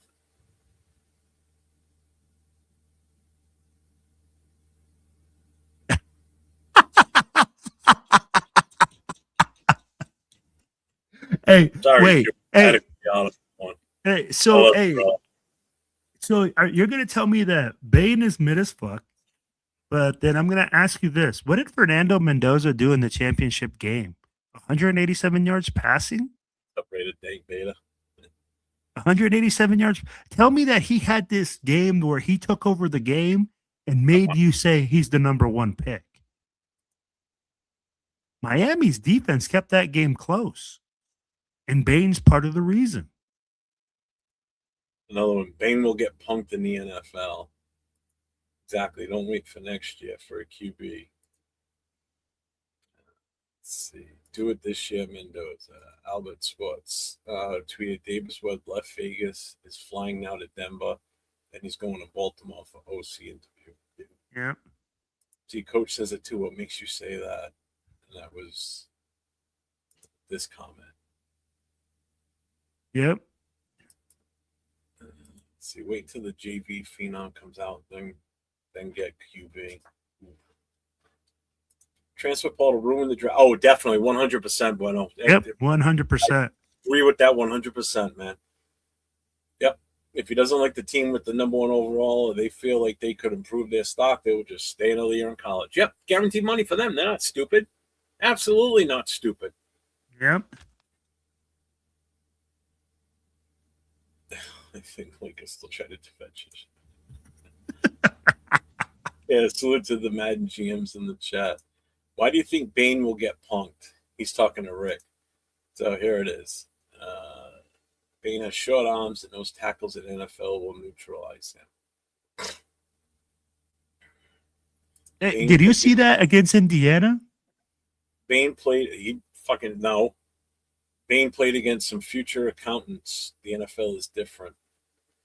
What? And keep in mind, so someone said earlier that, I think it was Coach, I'm not sure now, I forget, or it was Big Luck, that they thought Bain was better than Mac coming out of college. Remember, Bain's at Miami. Okay? Where did Mac play? Buffalo. How big of a school and what type of schools do they play? Small Division 1A school. Almost 1 AA. Thank you. Let me just Not put it saying like that this. Matt's good at a bigger school like a Miami or Alabama, shit like that. No. I'm not saying that. But you got to compare apples to apples here. I mean, you're talking totally different levels in college, too. Okay. And I'm going to tell you like this. Everybody touted that offensive line and I did too, for Indiana. But that offensive line did not have an easy time in that championship game against Miami. That was probably one of the toughest games they've played this season. I mean, they were getting worked a little bit. Jeff, I'm going to tell you like this. Bain went against Indiana's tackles, Ole Miss, Ohio State, Texas A&M. Who's this? That's the schools that Bain went against. And you're telling me that he just went against... I was just reading the chat. My bad. Oh, the list was... The teams that I just mentioned were Indiana, Ole Miss, Ohio State, Texas A&M. Mm-hmm. He played those four schools, not including, the teams that he had at Notre Dame. They played all their guys in the season. You're telling me that this kid didn't go against the best. He went all the way to the national championship game. And Jeff, did he get erased in the national championship game? So how is this guy mid? He shows up at every game, at every level. And you're going to say that he has short arms, that he's going to get erased. But he's been playing against those guys all season long. Division I tackles. He plays ACC football. He played against the SEC. He played against the Big Ten. Hey, you know who else had short arms coming out of the draft last year, and everybody said he was horrible and he shouldn't be picked? And where is he playing in 2 weeks? Oh. Playing in the Super Bowl. Left tackle for the Patriots. Yeah. And I even said it. I'm like, oh, yeah, he's got short arms. He's not going to be good. Oh, guess what? I was fucking wrong. He started all season long. 2 rookies on that offensive line. A left tackle and a left guard playing side by side. 2 rookies. Yeah. And look at that team. Protected for a kid that's possibly going to be the MVP. Anybody's got short arms. You know what it is? We're looking at arm length. They see how long Max's arms are, and everybody's like, you're going to be that long. Sort of like you're going to be this tall to ride the ride, and if you're not this tall, you can't ride it. Well, if your arms aren't 33 inches, but they're 32 and a half. All I got to say is John Randall. Short arms. Oh, my God, he was not even him. Look at what's his name? Harrison from the Steelers. Did you ever see how small he was compared to other guys when he's out there? He wasn't a big dude, tall-wise. He was jacked as shit, but he was just super aggressive and strong. Randall, same way. And with defensive ends, you almost want them to get short because then they get that edge, and you can get them to get underneath the pads of the left tackle. A 6'5" left tackle dealing with a 5'10" defensive end, it's hard for them to stay low. It's hard for them to stay in position. I mean, but Bain is not a 5'10" defensive end either. Yeah. How often does he get home now? Gets a lot of QB pressures. Remember that. Always leads the league in QB pressures. I haven't seen that many sacks. Seen him miss more sacks this year than make them. It's because he takes too wide of a swing all the time. He goes too far outside the lane. If he would just spin back inside a couple of times, he would just be even more disruptive. You see it when the play's developing. It's like, why is he just not cut back inside? And just because Max Crosby has long arms doesn't mean there's not defensive ends that are successful that have short arms. Yeah, he did it. He did wear eyeliner.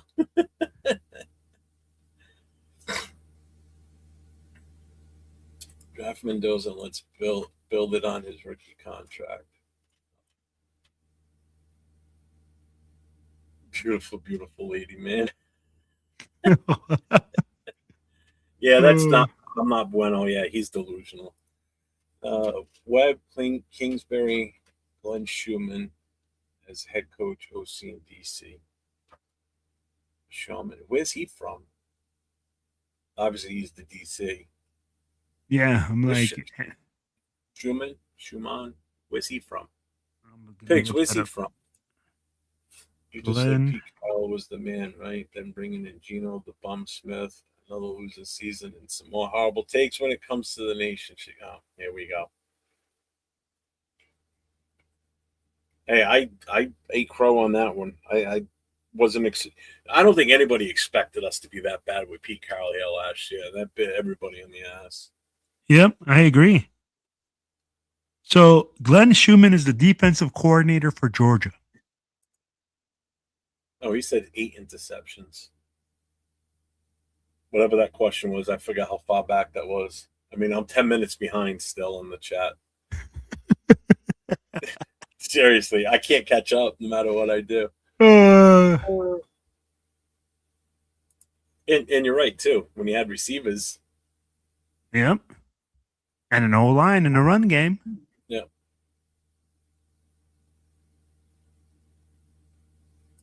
Miami lined up wide, and Indiana punished them with inside run zones.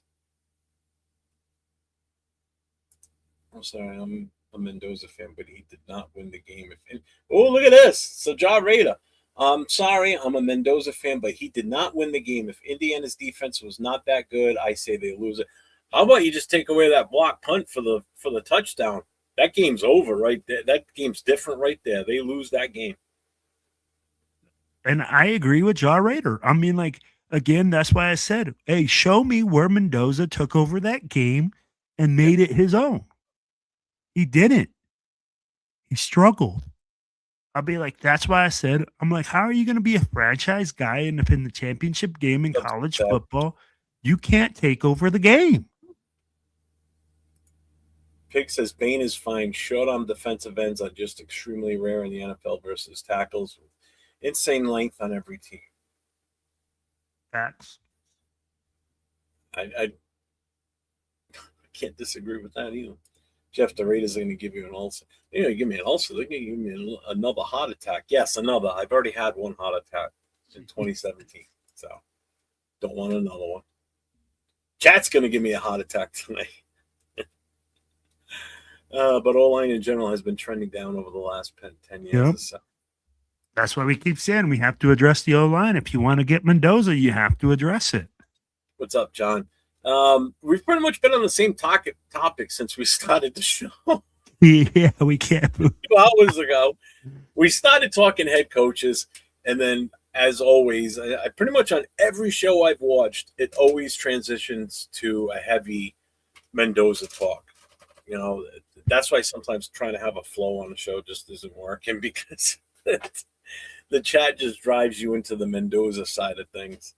Yeah, the arm debate is destroyable. Yeah, so we're talking Mendoza still, obviously. We're talking who's actually valued at, if it's not Mendoza, who's actually the top pick in this draft. It's definitely not Mendoza. It's only Mendoza because the teams up front need quarterbacks, and that's us. Correct. Take us two out of that equation. It's not Mendoza until wherever one of us would be picking, whether it's pick number 8, 9, 10, 11, whatever. Saying a guy won't be good because of arm length is person's body. is wild. Hey. Yeah, Will Campbell, perfect example. That's the guy I was talking about from New England. Yeah. Trade Max 2 first. Now, I'm all for that too, man. I'm a Raiders fan since '83. This franchise is second worst is Cleveland. Yeah, you're not lying. I'm always short. I wish Cheetah was here for this Bane propaganda. Yeah, Randall wasn't even. What's his name? Wasn't either.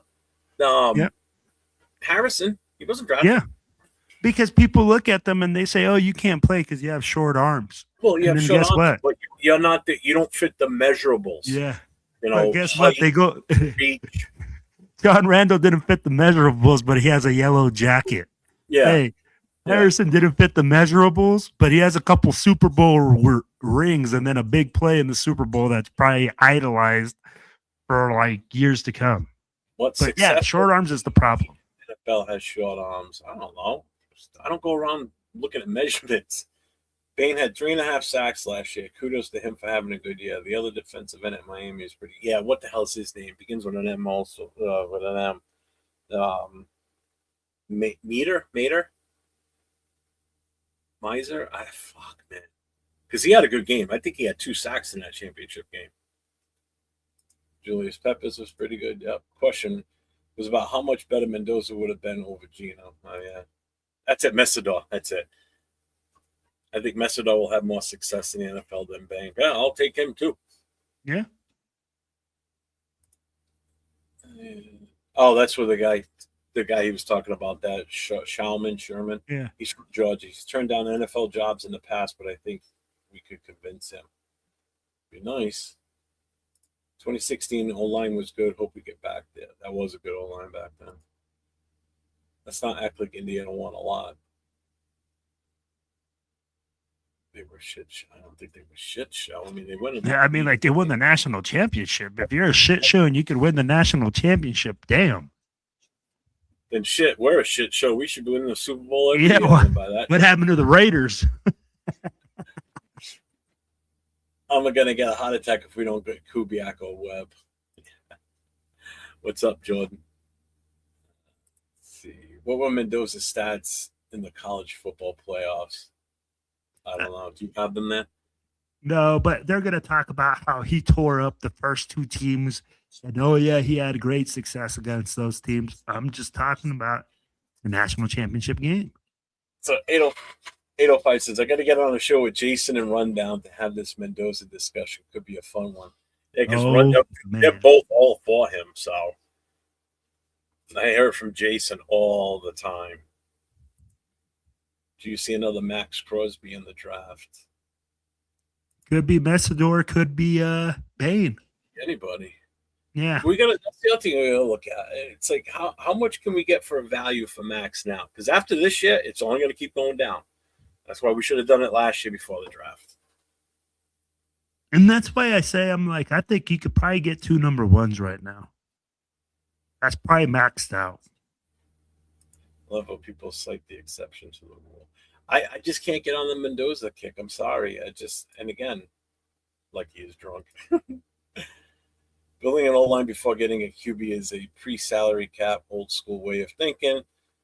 This is all but gone with the salary cap and QBs taking 20% of salary. Winning on a rookie deal is almost a must.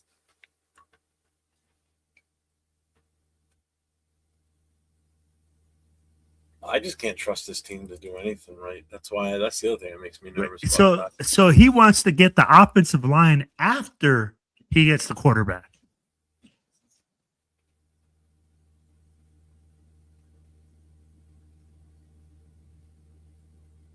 What? So Raiders are doing second interview with undisclosed candidate. If your private individual can request it not be disclosed. NFL appealing again to Supreme Court. John Gruden is still a possibility. Oh, God. I know you're just saying, but please, no. Oh, that would be crazy. Oh, my gosh. 3.0. So I'm a big IU fan, and I don't think Mendoza would be an okay pro. So you're a fan of Indiana, and you don't think Mendoza would work out. Interesting. But that just goes to show you, man. I mean, like, people are really divided in how many people really watch the game in the whole season. Just like politics. You've got some that are going this way and some going that way. And it's the same thing with this. You know, but I find there's more on the Mendoza side versus the non-Mendoza side in this case. But either way, we're still divided. It's because we're starving for a quarterback. It's because we haven't had one in so long since Derek Carr left. Haven't had a quarterback that we consider a franchise guy, right?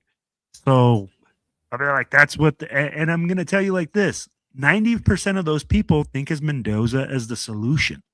Like, they just think we're going to draft Fernando Mendoza and all of a sudden we're going to win games. And all of a sudden we're going to be competitive in every single game. Jeff, you and I know it takes more than one guy to make your team competitive. Well, that's how some people look at it. Like, oh, he's going to be the savior. He's not going to be the savior. There's so much. It's a team sport. It's not an individual sport. Basketball, yeah, you can have one Michael Jordan and a couple of decent guys, and you're going to win, and you're going to win consistently. Players like that, that's different. This is 11 guys on the field, and you have to be so well coordinated. You need somebody on the other end of that ball that you're throwing it to or handing off to. Basketball, you just dribble it down the line, shoot it, and you're in. Hey, I just hit it free. Did it all by myself. You can't do it all by yourself in the NFL. You can't do it all by yourself you could in major leagues if you're just hitting home runs every time you get up there. But I'm going to tell you like this, Jeff. This isn't your local high school football game where one kid you hand it off to like Derrick Henry and he's going to get 2,000 yards in one game, right? This is the NFL where every single player is the cream of the crop. I don't care. And it makes me laugh when people go like, oh, that guy's a bum. He sucks. I'm like, that guy made it to the NFL. That guy is just not as good as the other guys in the NFL. But does he suck? No. He's the top 1% of every single player that has come through in the whole country. Yeah. So people need to get off that, man. So did Casey get an O-line first? Well, first of all, they had a bona fide starter before Mahomes was there. They had Alex Smith. Absolutely. Mahomes didn't start until the second year there. Mm-hmm. They were a different team then, too. If they build an offensive line around him, then he can march down the field. Do you see another player that's coming out of the draft that's top pick? Yeah. Unfortunately, it's on the defensive side. Undisclosed is Kubiak because of Super Bowl. Could be. Maybe he doesn't want his business out there. Yeah. Jeff's not going to like this. The mysterious candidate Raiders are going to interview that Mark Davis is going to is John Gruden. Oh, no, please. Bro. No.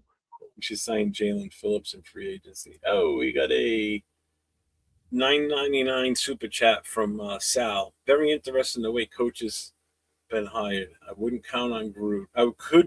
I wouldn't count out Gruden. NFL appealing again in South Carolina. Supreme Court. Sorry. Raiders meeting with someone, second interview, and they are not with a team. They requested it to not be disclosed. Oh, hell no. Please, no. I could see that, though. I could see what they're saying. Just don't do it. I appreciate the super chat. No, that was bro. Leo's channel. I appreciate you, my guy. Thank you. Leo appreciates you. He's not here. Yes, sir. People knocked Josh Allen and Aaron Rodgers before their drafts. Yes, they did. And that's why Aaron Rodgers slid down to 24. And he sat on the bench and he became great. Yeah, people knocked Brady before his draft. What's the point? And Brock Purdy went last man in the draft, so yeah. That just, you know what? You're just solidifying my point though when you say that, because it necessarily doesn't have to be a first round number 1 overall pick that becomes the gem. You could find one later in the draft. You don't know. Again, just like anything, it's a fucking gamble. You draft somebody, they're it's either a 50-50. You don't know. Yep. No thinking we will win every game if we draft. No, I don't think so. Well, you better get used to it, John, because right now that's what we got. Until something that, again, as of right now, as we sit here talking to you, looking at you right now on the camera, that's who our players are on the quarterback room. It's Geno Smith and AOC 12. Yep. No other options at this time. That's it. People were knocking Drake May before his draft. I didn't say shit about Drake because I don't even fucking know about him. They're saying because he played in Duke and the competition he played against. People were finding warts on Drake. Okay. I've been watching Raiders ball since the 70s. I'm beyond starving for a kid. I got you, Roy. I got you. I'm born in 1970. I became a fan in 75. So trust me, I feel your pain, man. These fans need to let go of John Gruden. So what? He got us in the right spot. We still lost that year. We haven't had a winning season since 02. We've had 2. We had 2021 or Yeah, 2020. we had 2 winning seasons since then. Not that that's a good thing either. Trust me, I know.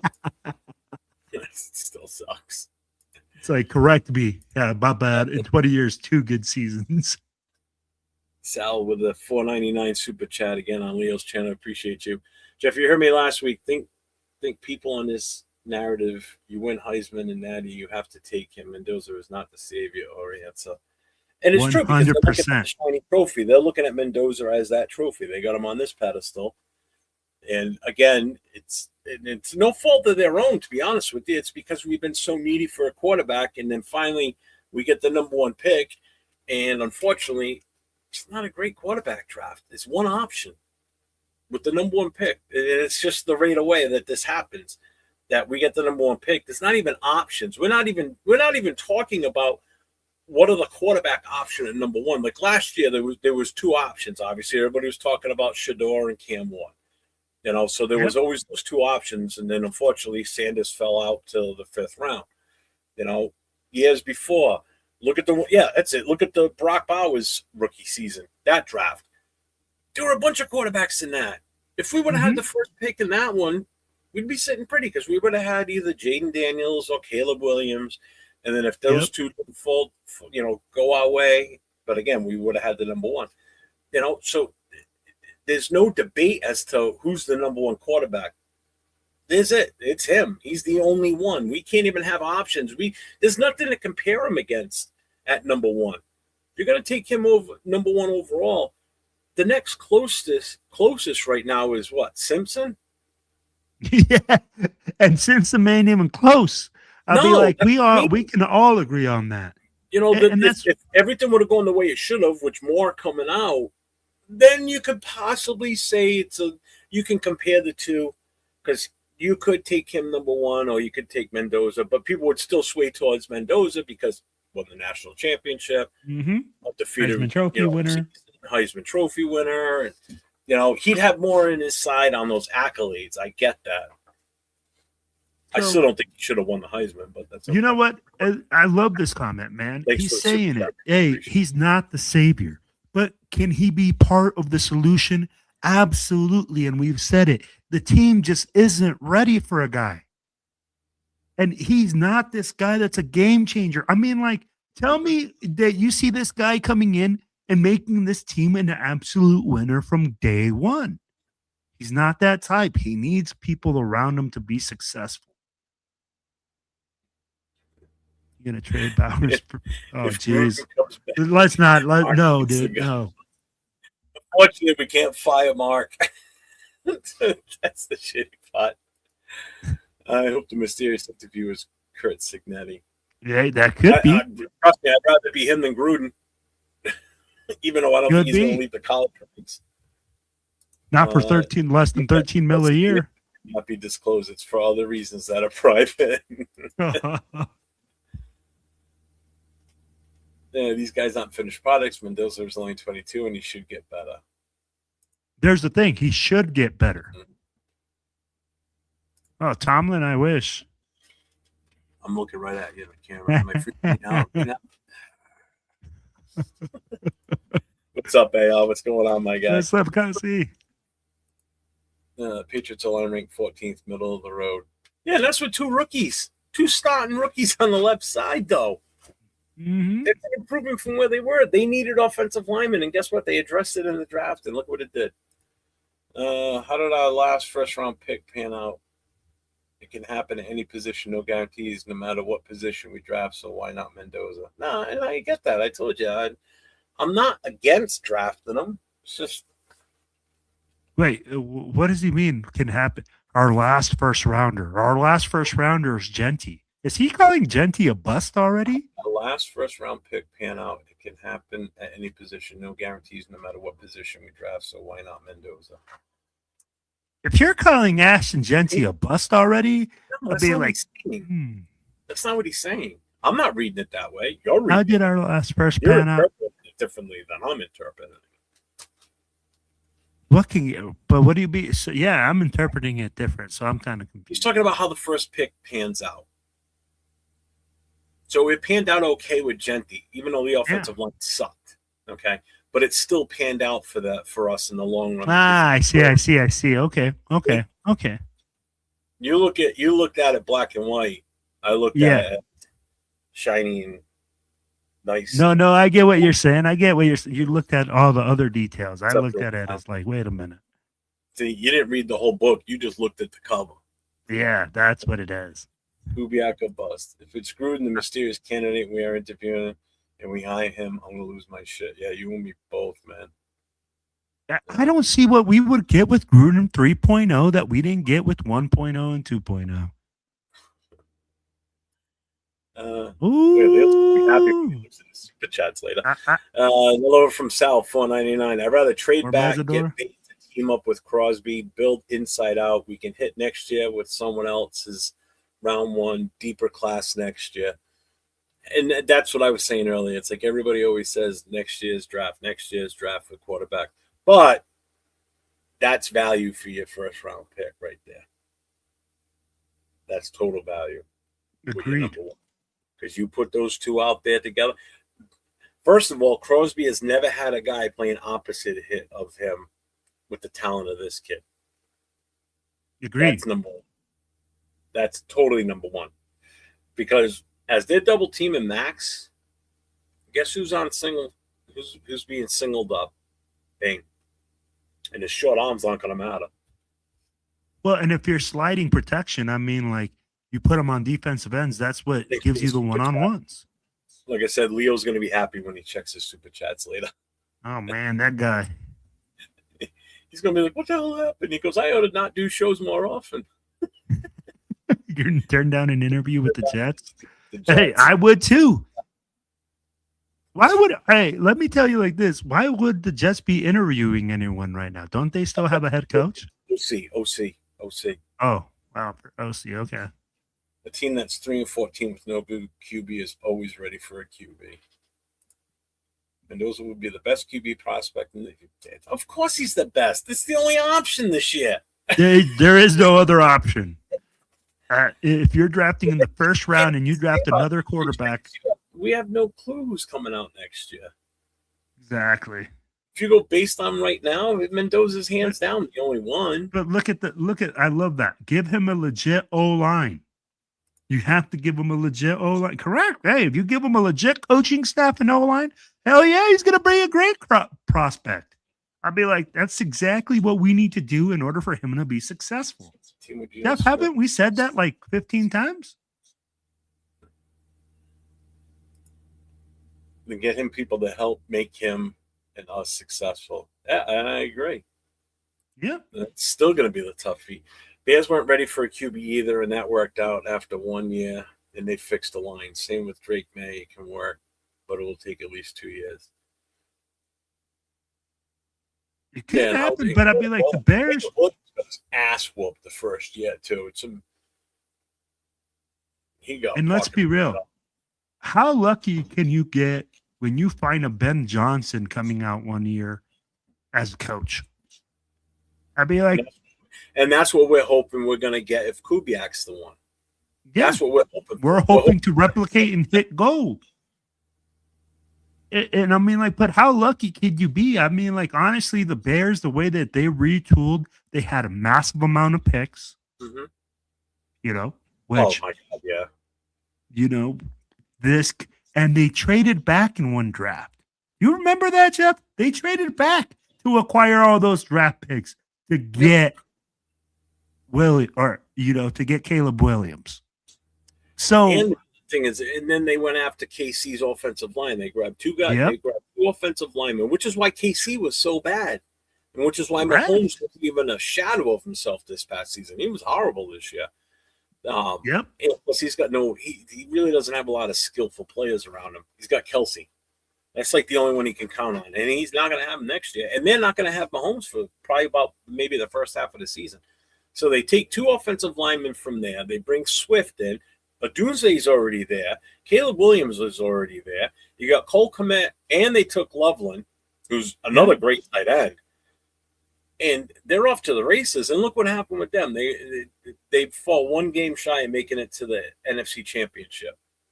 And I'm sure there was a player there, a nice shiny player that they traded back, and they traded out of that position in order to make that happen.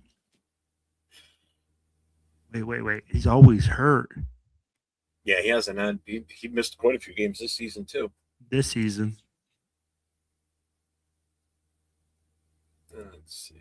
Mendoza will be that guy and won't be injury prone like these other QBs. Look at Daniel Skinny and keeps getting hurt. Not if we don't protect them. Hey, have you not seen how skinny Mendoza is? Be like, we're trying to make this guy look like he's the Incredible Hulk or something. Kid's long and wiry too. Say we should. What then? We end up with more clean. Yeah, Farrell's, Abrams, Arnett's, DJ Hayden's. Not really. Whoa. Those. I get what he's saying. I understand it. And if you know anybody that knows Afakasi, he's very passionate about this team, and I get it. You know, he's tired of seeing us stuck in this rut of just suckage after suckage after suckage every year. We're just horrible. And we've always got these picks. Like pretty much every name he's named down there have all been just complete wastes. Every single one. And I get it. And he left out one too, Leatherwood. Yeah. Which is another big swing and miss we had. Yeah, I get what he's saying. And that's what we want to hopefully avoid too, you know? No, I agree. I mean, like, nobody wants to miss. I didn't wake up and choose violence. I can't. That's not cock blocking or whatever. It's a move. It's a strategy move. What's up, Pete? Plus, that doesn't stop Webb coming from being the head coach. If you guys wanted Webb to be the head coach, that doesn't stop him from coming to Las Vegas and becoming our head coach. Mm-hmm. Yeah. Bane does have short arms. He's the one that said it. He's the one that was. He's using that as like a joke because that's what was said earlier. He's bringing that back up, which is funny. I love it. First round NFL quarterback draft picks have a success rate of roughly 40 to 50%, with studies often indicating a miss rate higher than 50 over the last 2 decades. Facts. First round left tackles are among the safest high-end draft picks, with approximately 59%, 38 of 64 first round tackles earning a second contract with their drafting team over a 20-year span. Nobody no. That's probably part of the reason why Moore went back for one more year, because he knew he'd be a Jet if we didn't take man. He's like, nope. Sal, love to come on live for fellas and explain to our fellow Raider fans why Mendoza isn't our guy. Coming from a former collegiate quarterback, there's a lot of holes. Another super chat at $4.99. You know what? Hit me up on Instagram. We'll make that happen. It's under the same name, 401 _Raider _ Jeff. Yeah, hit me up on Instagram. Send me a PM. If you don't have that, I have Twitter. It's the same name. If you're on Facebook, my last name's LaFontaine, just like it sounds. I don't care if people know my last name. I could give a shit. It's on my fucking shirt. You see it all. There you go. So what's the difference? But appreciate you, my guy, with another $4.99 super chat. Bears gave up 62 sacks. Yeah, not this past year though, right? Had to be last. Had to be that had to been a couple of years ago. Mendoza will be better than Arch, Sellers, all these next upcoming QBs, college prospects coming into NFL. Mark my words. Wow, how are we gonna mark your words when Arch Manning won't come out for another 2 years? And I agree with you in a way, John. I definitely agree with you. It's not the players; it was the coaching that was the issue. Minus guys like Kappa and although Kappa did play center better than he did at guard. Kappa, Forsythe, Parham has just been I've been on his case for the last 2 seasons. I'm just so done with him. But good thing is he's gone now. He's a free agent, so he'll be bye-bye. Forsyth will be bye-bye. We only signed him to a 1-year deal. Kappa we got for 1 more year. I'm a Mendoza guy, but if we don't get online free agency, I'm sorry. Trade back, draft, late QB, Ole Miss, yep, which is Chambliss. Because Kubiak would tell Brady, Spy, take none of these QBs is my guy. Never know. Yeah, and he could. Good. Drake May, Bo Nix, Caleb Williams, Jaden Dales, Joe Burrow, all drafted and needed O-line badly. Yeah, and look at Joe Burrow. He's about to retire because he's so unhappy. But like, let's just be real. And all these other guys, they're still young. 2 And years the thing in. with Drake May, though, too, is this is to defend him, and I hate doing it, but he had a shitty first-year head coach, Jared Mayo, and he was horrible. As soon as Vrabel showed up, the first thing he did was address the offensive line, and he did it in the draft. And they were a completely different team. Except for week 1, because they lost to us. Pats. Mendoza's 225. That's big for a QB, to be honest. Well, he's 6'5". Yeah. And Mendoza will put another 10 pounds to Jaden Daniels. Can't put no weight. He has a skinny frame. Yeah, why do we keep comparing Jaden Daniels? Yeah, and I mean, like, we don't want to compare guys when they come out, but we want to compare guys. I'm done with that shit. Yeah. We're all resorts of trade downs. Yep. The GOAT. He's the true definition of what GOAT used to be. Okay. Before it was the greatest of all times. GOAT used to mean something completely different back in the What day. did he used to mean? Used to mean you were the worst. You were the scapegoat. You were the worst player. You were horrible.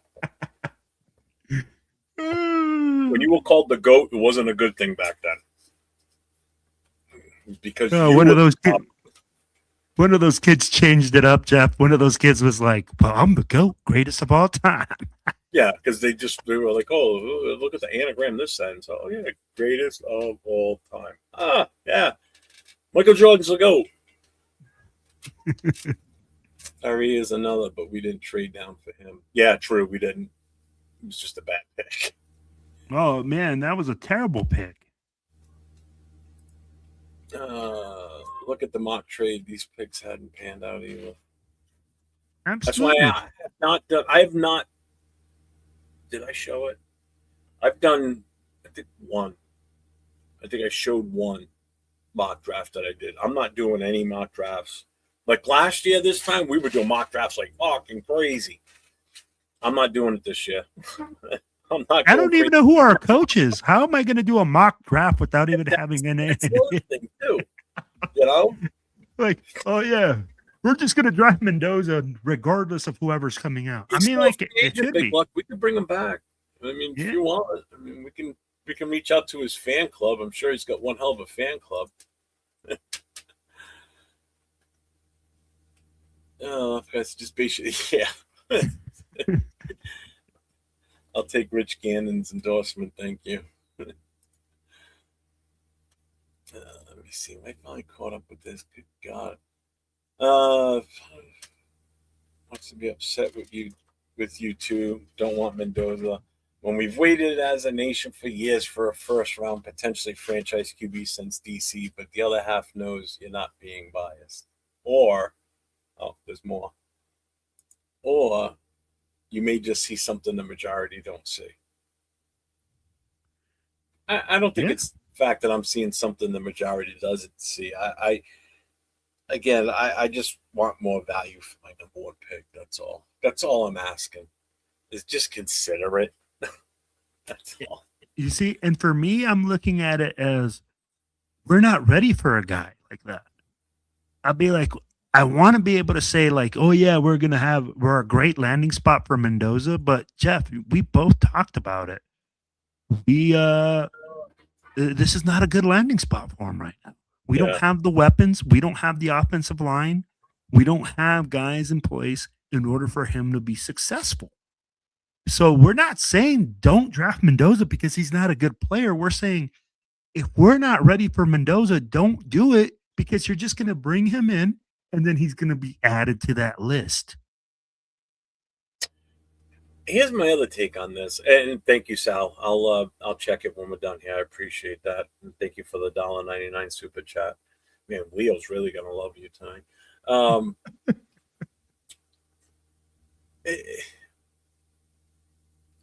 Here's the other reason, okay? Because how do I want to word this so I don't sound? Hmm.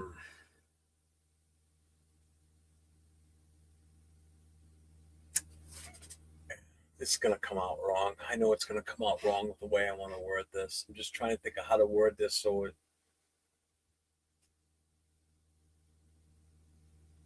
I,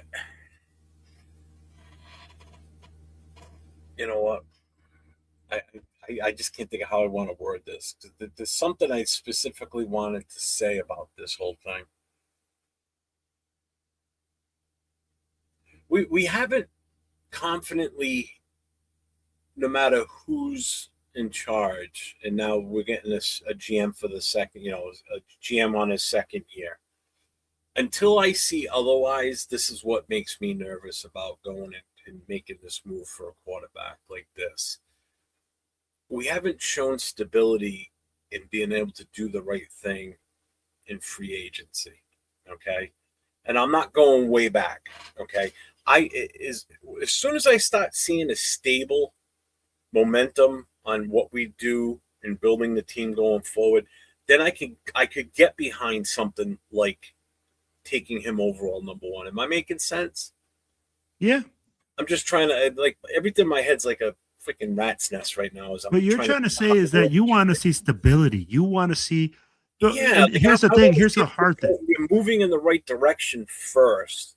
Yeah. This is all going to take baby steps, and this is why going right after that quarterback is that's not taking a baby step. That's taking a big leap forward because you're putting the cart before the horse at this point because you're going to get that quarterback when we can't even protect who we have now at quarterback, let alone and people are saying like, oh, he'll start right away, or he's NFL ready. You want to put him out there if we haven't shown that stability to grow this team and build this team in the right manner? And then that's where my pushback comes from.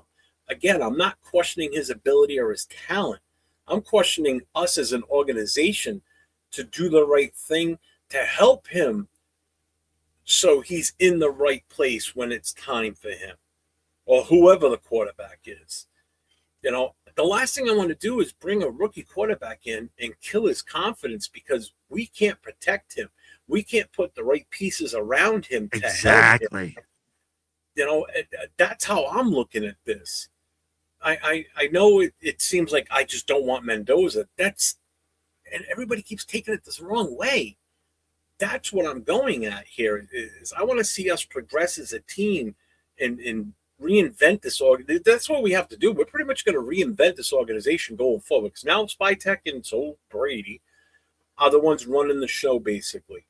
Mark Davis is just sitting over there in the corner waiting to sign the checks. That's all he needs to do. You just sign the checks and shut up. The boys will take care of it. Once I see that stability, then I would have more confidence in making this move. I don't know if I don't think I'll ever change anybody's mind as far as, everybody's got their mindset that want Mendoza. You're not going to change that. They're fully focused on that because we've been so quarterback hungry for so long. But I guess that's why I really feel this way. But I mean, you get it now, right? Does that make sense? No, I get what you're saying. I mean, like you want the team to have stability. You want more pieces around. I'll be like, my biggest thing is this. If we draft Mendoza and he doesn't have success, and now we have another GM, are we going to get rid of Mendoza and then go another way that quickly? I'll be like, that's kind of a difficult move. I'll be like, that's where I see where you're coming from. I mean, like, how about we show some stability in the front office and with management before we start making uh franchise moves with the quarterback? But I'll be like, everybody has their way of slicing the pie. Yeah. All of our free agents can walk. Devin White, Jamal Adams, Kuntz, etc. They can all walk. They took plays off, missing tackles. I don't know if I'd get rid of Kuntz just yet. I Definitely would. want to keep Snowden. I'm definitely all for Scott. I think Snowden showed up as the season went on. I was really disappointed by Kuntz this year. Play call and spend like crazy. Yeah, but New England did it in the draft, though. That's the whole point I'm getting at. They what they did with their offensive line, they didn't do it in free agency. They did it in the draft. Yep. You know, they grabbed 2 rookie offensive linemen and they turned that team around. I said it during our draft watch party for the round 1 that night. I said, New England they need this, this, and this, and they're going to be good. Trust me. And everybody's like, where the fuck are they? Well, go back and watch Super it. Go Bowl. back and watch the recap from last year. They're in the Super Bowl. I said they need an offensive lineman, preferably a left tackle. They need a wide receiver, and they need a few little things on defense. What did they do? They fleeced us. They took off free agents that we didn't re-sign. Okay, Chason, Spillane. Okay, they drafted a freaking tackle, left tackle. They brought in Stephon Diggs. They brought in Matt Collins. What did they do? They drafted a rookie running back that, well, one, I really wanted us to grab because we didn't have to do that in the first round. We could have done it in the second round. And where are they? They're in the Super Bowl. Everything that they did, I wanted to do, basically, is what ended up happening. Not Diggs, but I wanted Matt Collins. That's who I really wanted us to try and bring back as a wide receiver. We had him before. I liked him. And they're in the Super Bowl. Jeez. And everybody be like, well, yeah, they got the quarterback the year before. Why can't we do that? Okay. First of all, they didn't need as many pieces of the puzzle as we did. Or we do. 100%. It's crazy, though. They high schoolers who have a faster twitch to get off the ball than Tyree. You ain't lying, coach. It's true. Hey, guys, it's getting a little speculating until we get our coach. Exactly. Thank you. Yes.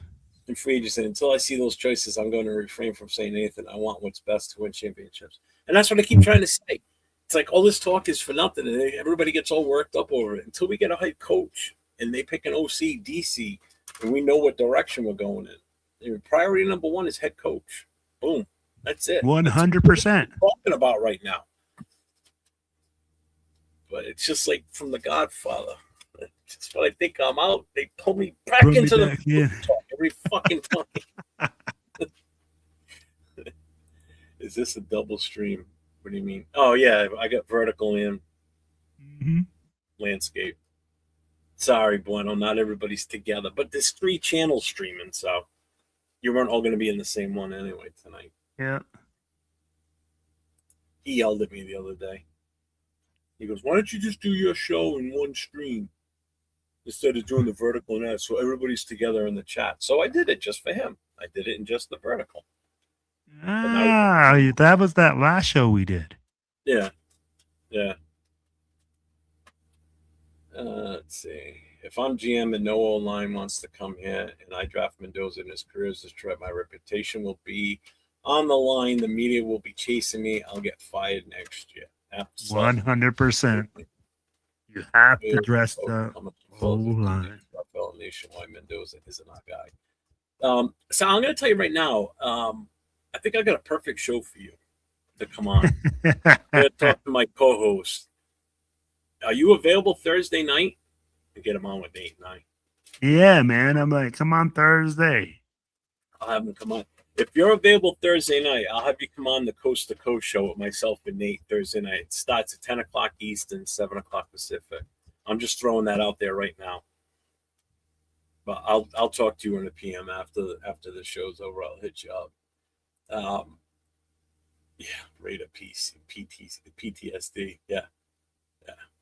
I've got PTSD for other reasons, and I definitely got it as a Raider fan. That's fucking goddamn true. It's fucking driving me nuts. Let's see.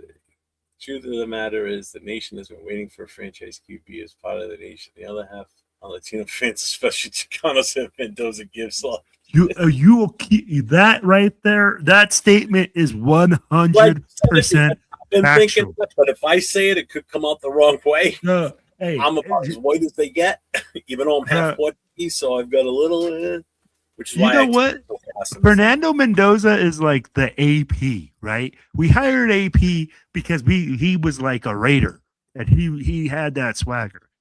Right now, everybody goes like Fernando Mendoza. Oh, bro, he's brown. I was like, no, really?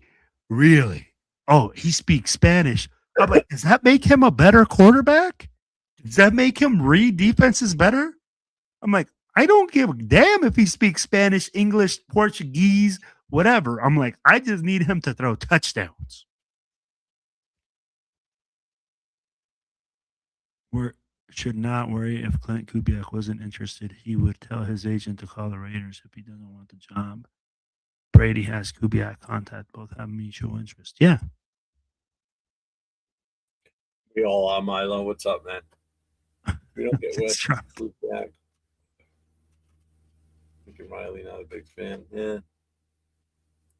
How are teams building their depth? I think this mystifies me more. It seemed like Raiders haven't had exactly. Yeah. They haven't been smart about it. And that's what my stability. Yeah, we haven't drafted well. We haven't drafted well. No. We haven't. Look at the list that Africasi put out. I'd be like, there's like 20 names on there, all bust in the first round. Yeah, and I agree, Coach, and you're absolutely right. Every team that does well just magically has depth somehow. Meanwhile, Raiders got to build a whole damn team instead of just select a few positions. It's sad. It's sick. It just I asked the same thing, man. Another super chat from Sal 499 because I'll wait to go live to explain Mendoza is a. Yes, I agree. He doesn't read defenses or change protection. What did I say? What did I say? IBS, we are on the same page. You didn't see him make any changes. He's straight RPO. He reads the defensive end and then reads one overhang and then makes the decision off those two things. Maximum. When you run RPO, you do not read the whole field. It's not meant to be that way. Yeah. Let's see. 805's got something. What do you say? I'll question Mendoza's ability and talent at the NFL level. He wasn't even the main piece for the Indiana offense. They won majority of games through the ground game and RPO. Correct. Much yes. And I've heard you say that before too, 805. No, 805 is correct. I recognize you saying that running back, dude. That running back from IU is a straight dog. Kid is a man eater. He pounds the rock. He's physical. He was the difference maker in that game. I agree 150% with 805. Comes down to the GM coach and the Raiders have 3. Yeah. There's no stability. So how are we going to bring this kid into this type of world and say, oh, yeah, we're going to bring you stability when we don't have any stability in the front office? We don't know who our head coach is. We don't know any of these things. But guess what, Fernando? You're going to come here and you're going to be the solution. No. Wait, what day I want to hear this? Oh, you mean like to have him on the show? It'll be Thursday night if I can coordinate with him. I think Jeff just opened up to everything and not stuck on the main narrative going around at this point in time. I know. I try. Trust me. We started talking head coaches, like I said, and then you just get sucked right. Because that's usually the first couple of questions right away, especially on the show that I'm on, because everybody knows I'm not in favor of taking the quarterback. And it's not even Mendoza. It would be any quarterback out there. It would be any quarterback at this point. I'm sorry. There isn't a game changer out there to that level right now. But it's not even that, though. If it was more coming out and he was just ridiculously good, better than what Mendoza is, I would still not be all on board with it because we just have so much that we need to do. I get you. But I just don't want to keep beating it dead. That's what I feel like. I feel like I'm just beating a dead horse. And he's Cuban. He has Mexican relatives and shouts them out in interviews, particularly his Mexican-American uncle. I just want to know about his aunt. That's all I care about. Cuban, yeah. Let's see. Philip Rivers is more Mexican than Mendoza. Oh my god. Yeah. He would answer all his presser questions in Spanish just to fuck with Grandpa Hondo. Oh my god.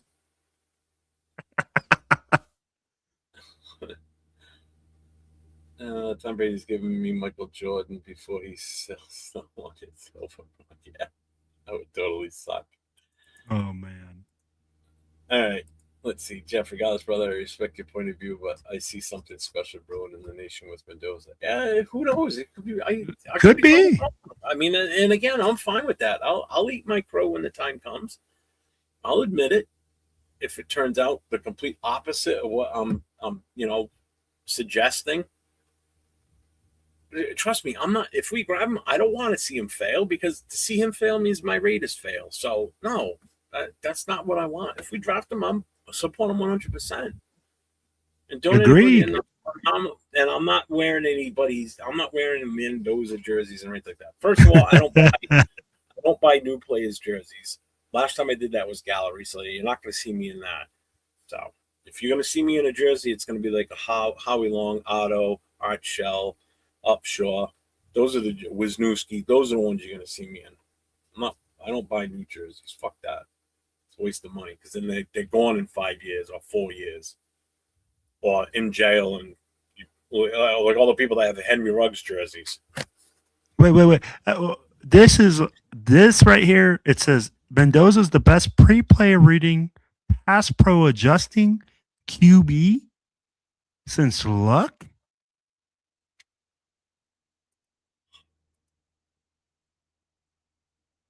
Yeah, I disagree. I'd be like, Roy, I really disagree here, because if you understand the offense that he runs, it has nothing to do with any of those things you just said. So eventually Brady will leave, right? Yeah, hopefully. Yeah. Clickbait Hondo.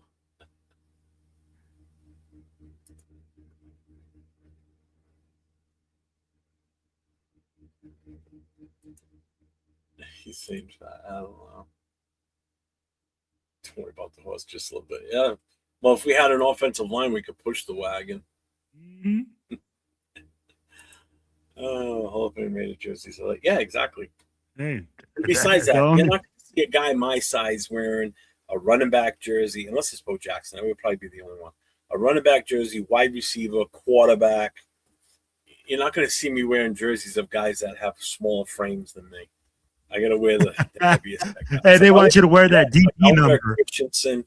Brock Bowers would probably be the only one I would get, but man, I would have to really hold off on that one for a while yet. Still. Get you a Mike Haynes jersey. Get you a nice DB number, 22. It looks so wrong. Royce says he stands on this 100%. Another $9.99 super chat from Sal. I'll give the nation one more little insight on my points. Miami, PSU, Iowa, Illinois, Maryland, Oregon. First matchup all have two things in common. All got a pass rush and disguised in multi-defenses and struggled. Yep.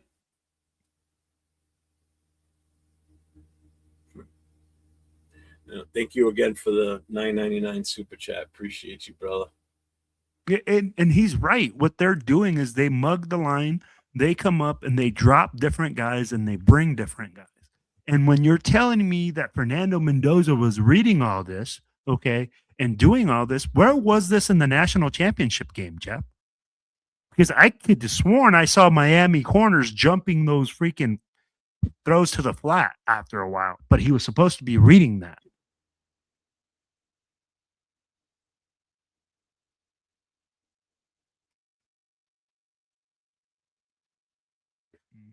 Yeah, trust me, I wasn't happy with that when he was a coach. It's like the guy finally retires from the NFL. Don't have to see him play anymore. Just have to listen to him every now and then. And they're like, oh, I bought a 5% stake in the Raiders. I'm like, are you fucking kidding me? And now, of course, here's the best part about all this. So if for whatever reason we turn this shit around and we start winning and we start, say, we get Tom Brady Super Bowls, you got it. And that's all I'm going to hear around here. See, it took Tom Brady coming after he left New England. He brought the New England way over there. He's following there. Fuck you, Pats fans. Kiss my ass, because I don't want to hear that shit either. Still doesn't mean if Tom Brady walked in this room right now, I'd still punch him in the face. Whether he's an owner of the Raiders or not. Still, just one shot. That's all I want. I just want one hit. And then cuff me, take me away. I don't care. I'll be happy.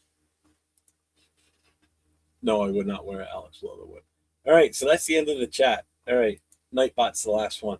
All right, I'm ready to call it. We've been on for 3 hours. Yeah. Hey, but hey guys, so do you have the flyers for Cheeto's event? For his Easter event? And do you have the flyer for the barbecue in May? You mean this one? Okay, so hey, I'll start with this one then. Hey guys, just so you guys know, May 31st, the Northern California, Northern Nevada Black Hole Barbecue will be going down. It's going to be a great 3-day event. We're going to be out there Thursday, Friday, Saturday. Then everybody's going to be driving back home Sunday. Guys, there's going to be a lot of low riders. It's going to be free food, free alcohol. Then on Friday, we're going to go up to Lake Tahoe. We're going to be enjoying some great stuff. As you guys can see, there's some cars right there. If you guys want to look on Silver and Black Radio Podcast.com, we also have a bunch of pictures there that we took last year. Guys, we're going to have several different car clubs from all over the country coming down. So please come on down, man. We're going to have free food. It's going to be some alcohol. We got some hotel reservations right here, guys. If you guys look at it, it's going to tell you where to stay. It's going to have some discounts for you. There's going to be a rooftop bar where we're going to host a meet and greet Thursday night. Then Friday, we're going to be going to Tahoe, meeting up at like a Dave & Buster's that night. And then Saturday, we'll be having the car show and barbecue. So I hope to see you guys there. Remember, May 31st in Reno, or May 30th weekend in Reno.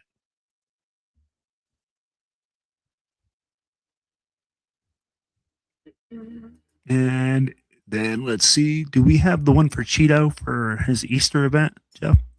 I don't. I don't know if you have it. I see if do you put it not. I thought it was in here last time. I don't have it. I thought I did. I don't. Unfortunately. All right.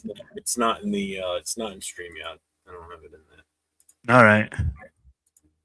So I guess we don't have that one. But guys, also, so you guys know, hey, Cheeto will be having a combined event for Easter. Make sure that you guys check them out. I'm sure we'll start posting it to our page and posting it all over the place. Make sure you go out there and support our brother. He's going to be doing it with Mike from Raiders Against the World and several of their booster clubs in that area. This will be in the Inland Empire area for California. Yeah, tomorrow night, I'll be back on with Leo tomorrow night, so he will. Oops, what's this one? Oh, that's the performers for the barbecue. I'm sure he'll bring up the Easter one tomorrow night on the Raider Connection for sure. There's a couple more chats that came through here. Let's see, Brady is from the Bay. He grew up a Raiders fan, and I'm mainly Raiders, but can't claim it because he's the face. Of course, he is. They got a fucking statue for him outside the stadium. Yeah, we should have all got together that day after we beat them and ripped it down. Should have treated that thing like Saddam Hussein's statue in Iraq. Jesus. Grab some ropes and started tearing it down. Rip it down. Yeah. Fucking Will. I mean, no, Will. Nate got a picture of himself in front of that thing. It's like, are you serious? Trust me, I want a QB just as bad as the next fan, but I don't work off desperation and emotion. People hated me last year when I had a 3rd round grade on Shador. I can do another off season of hate. Oh man. Going. If Brady was a Plantis peanut, Jeff would make sure he is assaulted. You got it. Let's see. No, he's asking 805's number. Ooh. Trade back with the Jets and get 3 first rounds. I agree. I hope happens. See, I'm right on board with you, 805. I'm with 805 right there. I want that second round or the second pick. I want the 18th pick, and I want their first next year. Yeah, they got fucking 3 of them. Yep, I want all 3 of them. First the next year. Yep. I want their first round. I don't want the Colts or the Cowboys. That's what I want. That's what I want. You know, it's going to be a trash pick. It's going to be a good one. Yep. They're going to be trash. He grew up a 49er fan. Oh, that makes him even worse. I know the Raider Nation will be on my side if I punch them in the face.